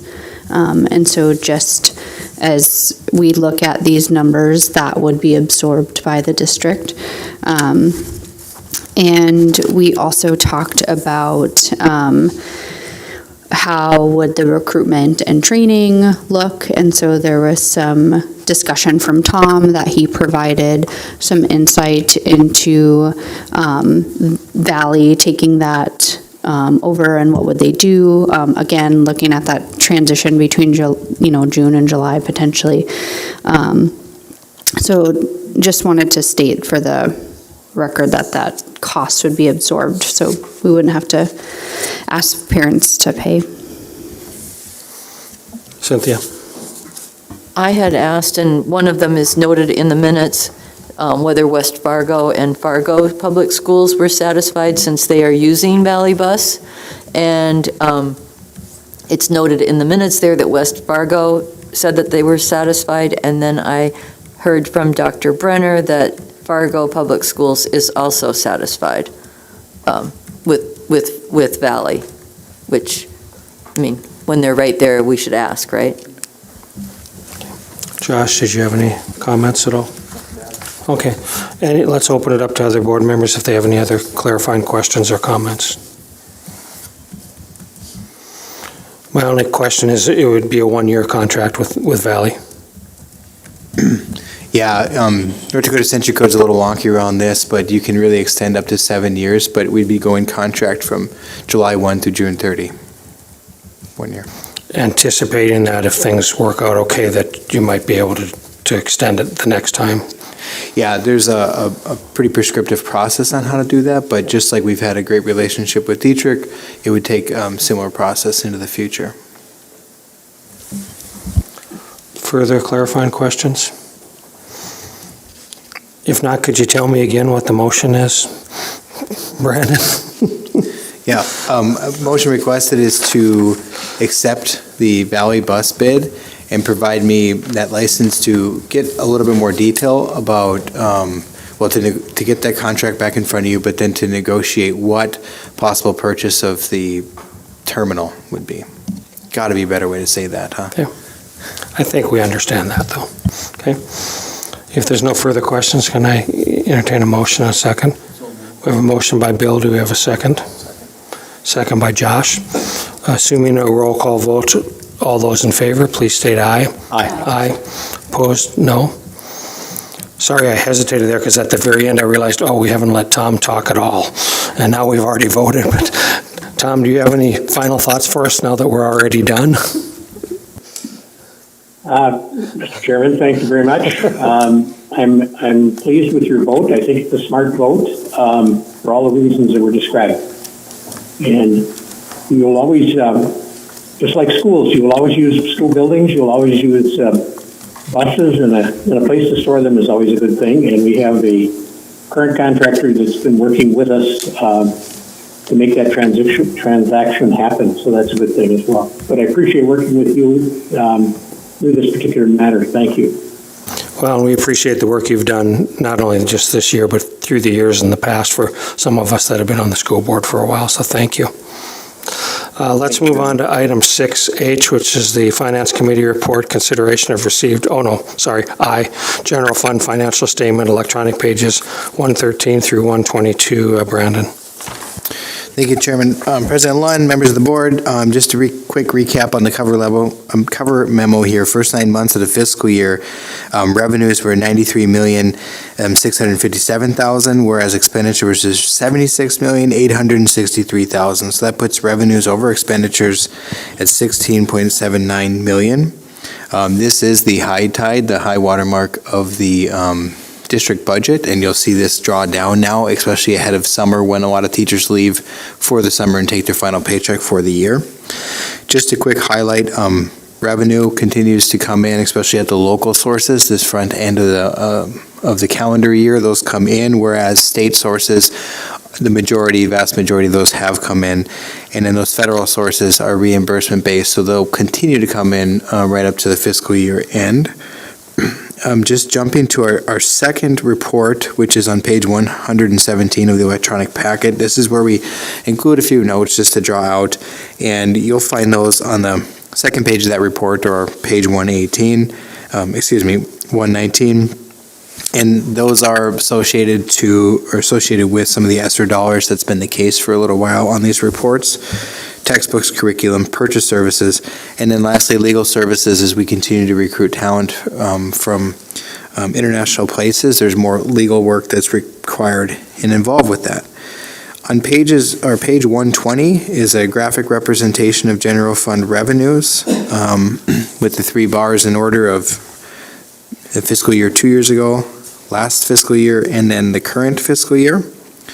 And again, the revenues are really a cash flow as they're called in and as they come in, but they're certainly trending in the right direction, whereas general fund expenditures have been kept below recent years. And that puts us on page 122 of the electronic packet, the general fund balance currently nearing that right around that $25 million mark. But as you can see from previous year's trends, that will draw down pretty quickly, and that'll leave us with our general fund ending balance, which is on track to be, as planned, building towards our 2026 goal of 15%. Happy to answer any questions here. If not, administrative recommendations to approve the general fund statement as presented. Any clarifying questions or comments from board members? If not, can we entertain a motion for approval of the statement? Motion by Jeff. Do we have a second? Second by Cynthia. Assuming a roll call vote, all those in favor, please state aye. Aye. Aye. Opposed, same sign. Motion carries. Let's move on to item 6E, which is policy review, electronic pages 123 through 135. Dr. Shab. I'd like to make a motion to approve these as second reading as written and amended. IDC, data protection and security breaches, ABAD, virtual school, HCAE, disbursement of monies, FBA, student fees, FCBA, student dismissal precautions, FCBD, student custody, and FFG, student assemblies. Do we have a second for that motion? Second by Bill. Any clarifying questions? These are all second readings. Seeing none, assuming a roll call vote, all those in favor, please state aye. Aye. Opposed, no. Motion carries. Let's move on to item 7A, which is announcements. The only announcement I have is we have the employee recognition program on Wednesday at the Red River Performance Hall. The program starts at 4:30, but we are hopeful you will be there by 3:45 so we can greet our honored guests when they come here. If you are not able to make it to this, please let Cindy know as of last Friday, I think, or something we were supposed to. But if you're not able to, just let her know tonight. That's the only announcement I had. Dr. Brenner? I have one. We didn't have an update tonight from Kyle Kwame and ICON relative to the referendum, so I just wanted to let you know what my schedule looks like this week on pre-referendum presentations. Today I was at Viking Elementary for their staff. Tomorrow Kyle and I will be on KNOX. Tomorrow morning, I believe that's at 10 o'clock. Tomorrow at noon I'll be at Sertoma. And tomorrow at 5, I'll be at Winship to do a little bit of a do-over because of my scheduling conflict last week. I was in two places at once, and I didn't know it. And then Valley Middle School will be there Wednesday evening for another public meeting. So that'll be the presentations for this week. Thank you. Catherine, any announcements? Brenda? Brady, got any announcements for us? Okay. Thank you. Let's move on to board requests for future consideration.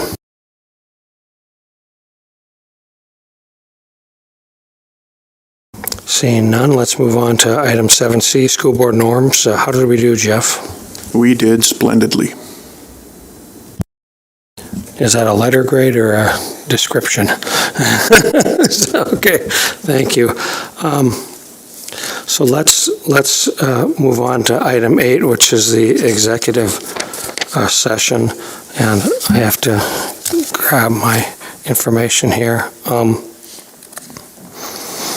Okay. I gotta make sure I do this right this time. I have to press it twice. Okay.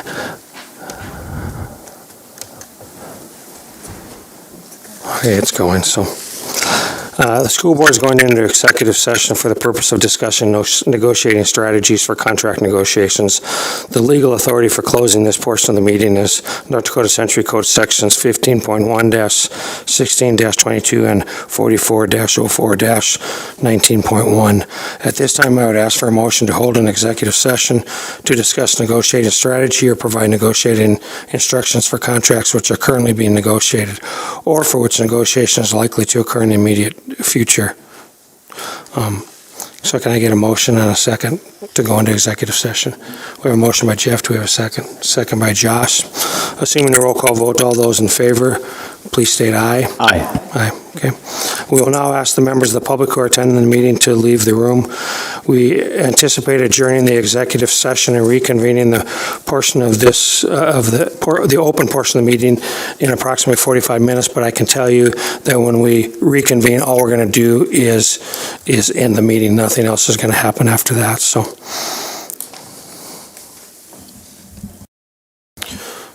We'll let everybody clear out. Does anybody need a break, or are we okay to go straight into it? Okay, let's take a 5-minute break.